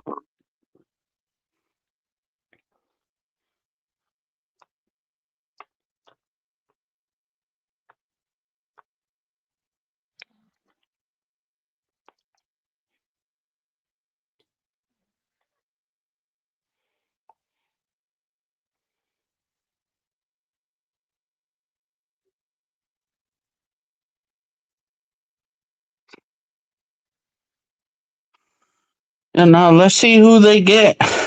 Man, I just want it to be already Super Bowl. Get it done and over with. Facts.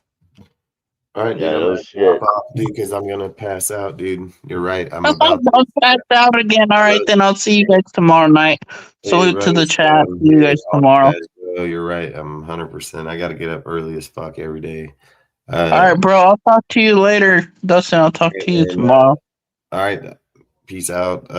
If you guys want to give a shout out before we bounce them, Shout out to the chat. Thank you again, Dustin. See you later, Mike. See you later this evening. We do another show. Hell yeah. All right, like. All right, man. You guys, Aaron's cool to talk about. Dustin, thank you for having me on your show, man. I appreciate that, man. You do all the work, man. We just come in here and chat. You do all the work, and in the chat, you guys are awesome, man. Good stuff as usual, as always. So shout out to the chat. Oh yeah, Yeah, Dustin, we need to talk behind the scenes about a show that we need to do. We could put on my channel. We could add Mike and Al to it. Heck yeah, freaking. Right, at the end of the I'll day, you guys later. all right. Late. At the end of the day, like I said, Jay's a piece, dude. Don't really like the guy. Don't really trust the guy. Really do appreciate everybody here in the chat. Always keeping it up. Keep talking. I really do appreciate everybody in the chat that was talking tonight, man. So really do appreciate it. And I'm just gonna exit out of here the same way I do all the time, man. Always stay safe. Don't drink and drive. Raider Nation for life, baby. Peace out. We'll see you tonight. Good night, everybody.